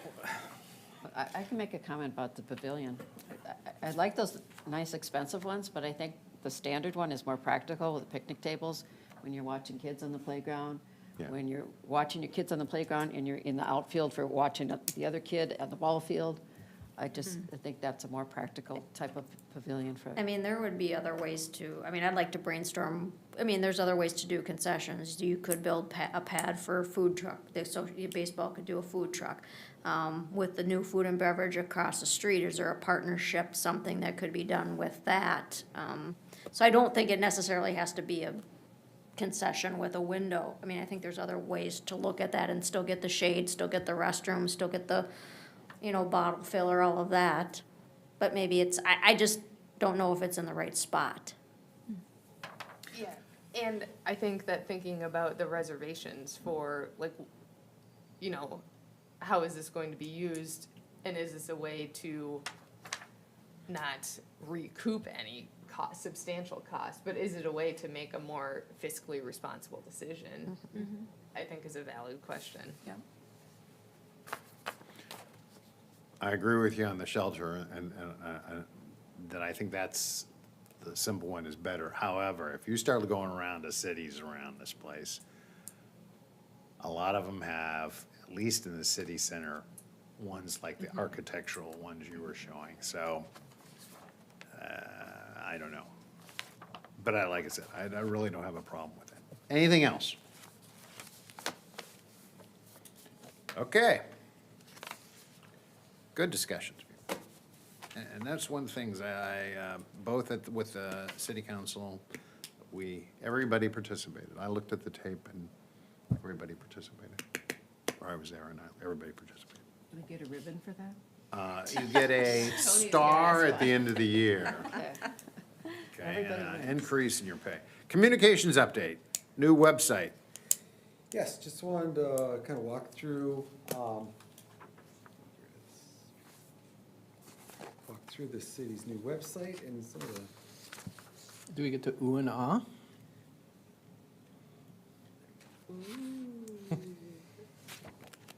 Ah. But yes. so our park page does have our information on it. It does have a lot of the same information that we had on our previous website, our Adopt a Park program. Normally those applicants come in the spring, they help us out with just cleanup. But it does go through the application for that, how, parks that are available, things like that. Those are submitted to our clerk and they go through those. But also goes down to our commission, and as our commissioner noted before, our chair, his information is in there with email, so that people can contact him along with the rest of you as well, so. Where is that picture of? Say that again? The picture at the top of the page, where is that at? I have no idea. Maryland? I can't answer that. Like a So, golf not course. here. Looks like Not a here. golf It's golf, it's a golf course, so. Lake Elmo, no, is it the Lake Elmo golf Not a course? kid. I'm not sure if it is or not. Royal Club? Can we make Sorry. that they would put a Lake Elmo picture there? Does have a direct link to our donations page as well as our park maintenance request. We added that last year. I think it was a discussion that we started here at our Parks Commission.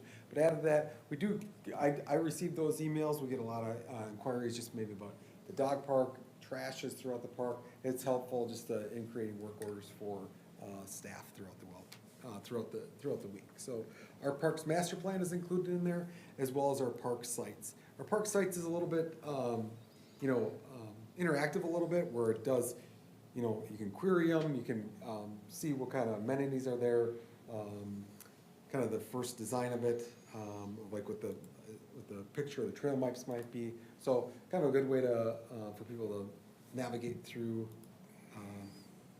those. One of the main reasons for this was to really talk about our GIS and our trails applications, though. I know this was one thing that we talked about, and Pat has brought up throughout the years. Just more interactive and trail mapping, and it's not going to be directly wayfinding while on the map, but gives people an idea of our community and where things are at. So even if they did go and park at a park, they would know those accesses and how they could integrate throughout the city. Now, we do need to make some corrections on some of the trails, as we know, if you just take a quick look, some of these trails next to our new water tower aren't directly in there, but those come from our future planning for those designs in there. So, but on the layer side, you can take some of these things out of there. If you just wanted the trails, or you just want to know exactly where those parks were, those will highlight up in green, so you have a little bit easier way to navigate to those. You can click on those as well. You can get zoom in and find out what that is, how many acres, things like that, and additional information with that. Oh, that's cool. Go back to the trails here just a little bit, but these are identified on the trails as like private and public trails as well. So we do have, those are listed in there, so you can, through color coded. So you just kind of select on the tally or on the legends of what those are, and those you can select and deselect those throughout that. So, but like over here in Eagle Point, this is a private trail that does go back through there. It's just a gravel trail, but it is noted in there, as well as not on the county page as well. So that's where a lot of this information is extracted from, as well as our plan. So, trying to put it as.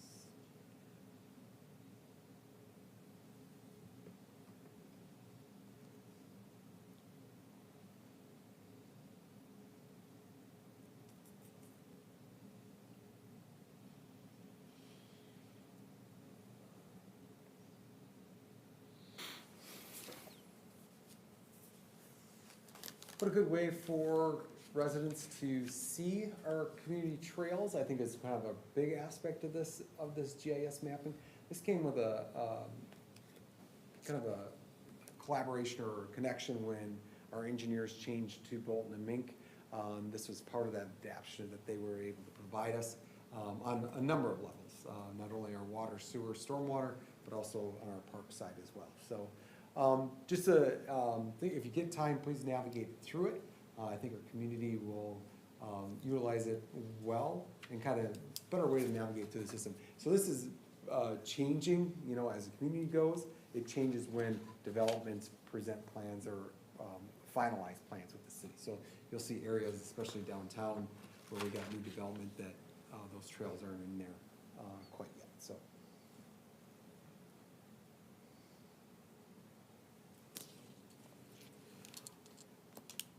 With that, I'll turn it over to our next conversation. It's unofficially clear. Tony, you gonna talk? It's still awake.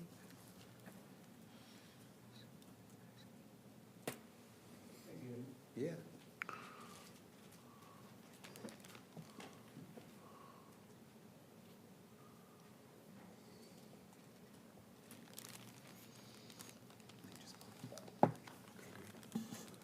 First, my name is Tony Manzera. I live at 5050 Kirkwood in Lake Elmo, and I'm responsible for the Nature Center. I want to give you just a little bit of background. In 2018, our organization was the first adopter of a park in Lake Elmo, and George Johnson at that time decided to take on the idea of clearing out the buckthorn from Sunfish Lake Park.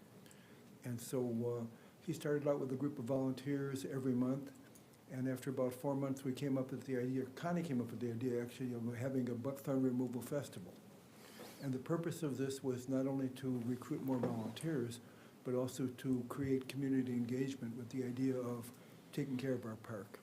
And we had to miss 1 year during COVID, but so this is our 7th year now. It'll be next Saturday.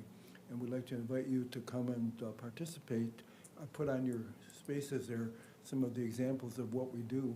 We make little buckthorn identification kits, and we invite parents and grandparents to bring their little ones to learn how to be environmental stewards by finding the buckthorn and tying a ribbon around it so that the bigger people can pull out the buckthorn or cut it down. The Washington County Master Gardeners have engaged with us, and we've learned a lot from them. Just an example, I don't know, but there's actually 2 kinds of buckthorn in the park. There's the one with the black roots called common buckthorn, and the one with the red roots called glossy buckthorn. And there's only a little bit of glossy buckthorn, but they're both bad. We also have signature things that we do to keep people coming back, like we play buckthorn croquet, and we roast hot dogs over buckthorn fire and stuff like that. So anybody that gets to work gets a free picnic lunch. So it's your invitation to come and bring family, friends, team members, whatever. Okay, the second thing is I'd like to go over the status of the program to remove buckthorn from the park. It was begun, as I said, with volunteers every month, and morphed over into a much more organized program where the DNR has been supporting it. So the first phase was paid for out of what they call the traditional metro grant out of the Conservation Partners Legacy Program. That was $154,000 to work on 40 acres of park, and I'll show you in the pictures. It was a particular acreage that was described. Once that got going and the DNR liked what we're doing, we got another $453,000 that enabled us to work on another 140 acres, which is essentially the first cut on all of the park that had buckthorn in it. It doesn't count the water, it doesn't count the prairies, but most of the park, probably 85% of what buckthorn was there would have been covered by that on the first cut. Then we realized we had to go back and do some other stuff because, of course, buckthorn doesn't stand still. So we got a $50,000 expedited grant from the DNR CPO program. Where things stand now, phase 1 is finished. Phase 2, the funding will be completely spent by the end of June. And the phase 3, or the expedited grant, will run a little bit longer. I'm going to show you a little bit of what was done. Let's see, down, yeah. Okay, the purple portion is what's being finished on phase 2, where we're going to be removing dead wood and stopping the possibility of having a catastrophic fire in that area. And then we're going to go back and spray brush to get rid of where the buckthorn has come back.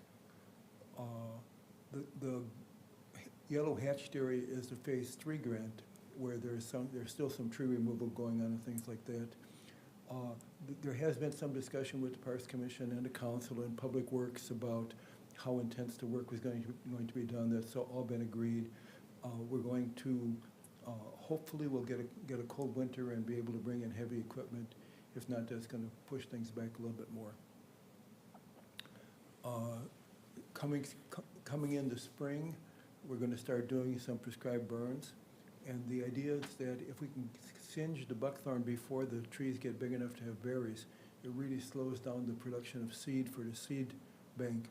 And Between that and identifying hot spots that can be treated with spray, we hope to have a permanent, as much as permanent can be, maintenance plan. I'll show you a couple of pictures of how things have turned out. This is October 23. You can see the buckthorn is, at that point, is still healthy. This is the same view after it was cleared and burned. This is in May of '25, where you can see where the native plants have come back. There was some seeding and some natural regrowth also. So that's looking pretty good. This is in September of this year. Here's a view from the southwestern corner there looking east. This is in October of '23. This is after it was cleaned. And again, progress is being made. Here's another point looking down at the dry area, which is sometimes wet when it gets on a real rainy season. That was greening up after the April 23rd burn. Plants are coming back. That's geranium, and now it's in bloom. So basically what we're showing here now is from the, looking west from that viewpoint. There's a tree pointed out that's in the center of the picture there. That was, you can see all the trails are, the side of the trail is just covered with buckthorn. Here's what it looked like after it was cleared. And looking east from here, you can see it was very brushy here. That was cleared also. What this enables, it enables native plants to come back. It enables you to see the deer. It enables the insects that would live on the native plants but can't live on buckthorn to return. So we think we're making pretty good progress. That's after deadwood removal. There were a lot of deadwood piles in Sunfish Lake Park that would have created an immense catastrophe if it had caught fire on a dry year a couple of years ago. But that's been probably 75% cleared, and we still have some more work to finish that, but we're looking forward to being able to do a prescribed burn through those areas without burning all the woods. Okay, this is a native plant growing now in this May, and it's really, really working out well. So that's what I wanted to show you. I want to show you, we'll talk a little bit about the future.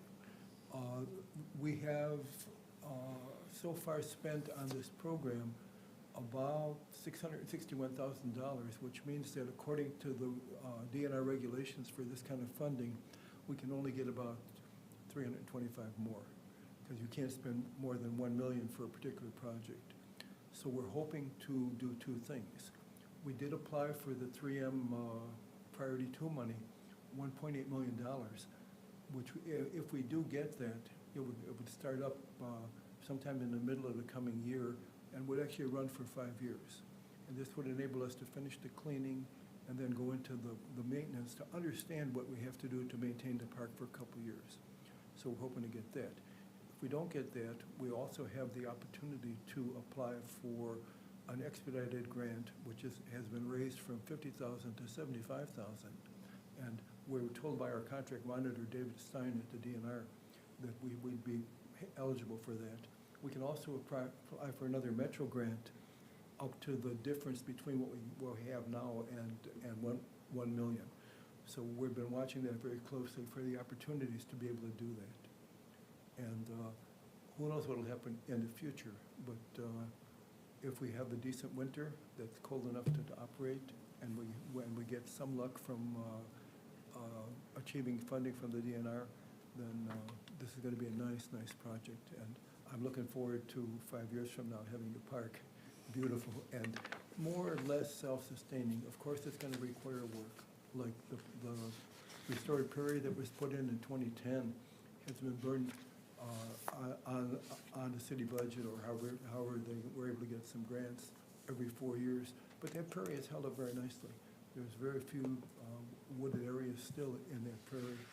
We're hoping we can do the same kind of long-term maintenance on the buckthorn removal, either by Well, it'd probably be a combination of controlled burns and going after the hot spots with herbicide and volunteer cutting. So that's what I want to tell you, and I want to invite you to come out and have some buckthorn roasted hot dogs and enjoy a beautiful Saturday morning, which we're hoping the weather is going to be good. Thank you very much. Appreciate it. Sorry, I kind of gave a bad introduction there, but yeah, I reached out to Larissa with Stantec and Tony here this last month and just asked if they'd come and give us an update on Sunfish. I mean, a lot of times when we do hear from Tony, he's asking for money, right? So I do want to make sure that they had an opportunity to not only express what's going on there, the future of it, and where they're at in their plans, so that the Parks Commission can answer questions of the community, or even myself, answer questions from the community that come up. So, thank you again. I mean, it's appreciated. Can I make a comment? Yeah. I'd like to thank Tony and all your crew for all the things you do for the city. It's amazing, all the programming that you put on for a wide age range. As far as the burning this year, it was so neat to see the terrain. Once all those trees and weeds were out of there, it was just amazing to see it. We walk through there regularly, and it was just amazing how much more you can see with all the buckthorn and the downed trees out of the way. It's And really, that's one of the unique things about that park is the terrain, yeah. so. So, thank you for all the work and the organizing and volunteers that you all do. Anything else, Yeah, Commissioners? so just a You? few other communications, just going forward, we talked a little bit about it, but coming up, we'll begin to work on our work plan next month. Well, I'd like to bring that to the commission first. I think, Peter, when you were chair, we talked about that.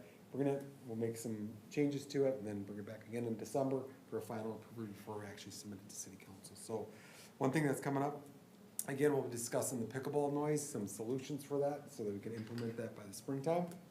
Our reservation policy, we know we went through that back in June. We'll have to revamp that a little bit and go back through that, so it's something to come back up. And again, about 3 months, at least 2 months ago now, we talked about just reviewing carriage stations. So keep that in the back pocket as well, as that we'll bring that back up just to review as just kind of our parks review. Is that all in the parks usage plan? Park usage guidance, the rental and the time? There's a reservation policy for it. Okay. So just kind of a heads up on a few things that are coming forth, porta potties, they'll be removed from our parks last week, right around Halloween is when we have those removed. Our pickleball nets come down about the same time. If the warmer weather allows, they'll continue to stay up there, but if it does start to rain and freeze, we like to remove those beforehand.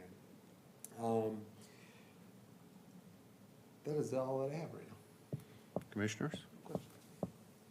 Reed Park looks really nice with the parking lot. And the side of Reed Park Yeah, looks really Oh, nice with the new parking lot Yeah. and the crosswalk. yeah.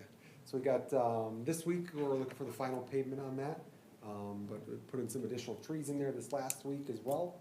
And so I think we should see the grass growing here maybe quite this fall here yet, but hopefully. Yeah, it's coming along great. Anyone else? If not, do I have a motion to adjourn? Motion to adjourn. Do I have a second? I'll second. All in favor? Aye. Opposed?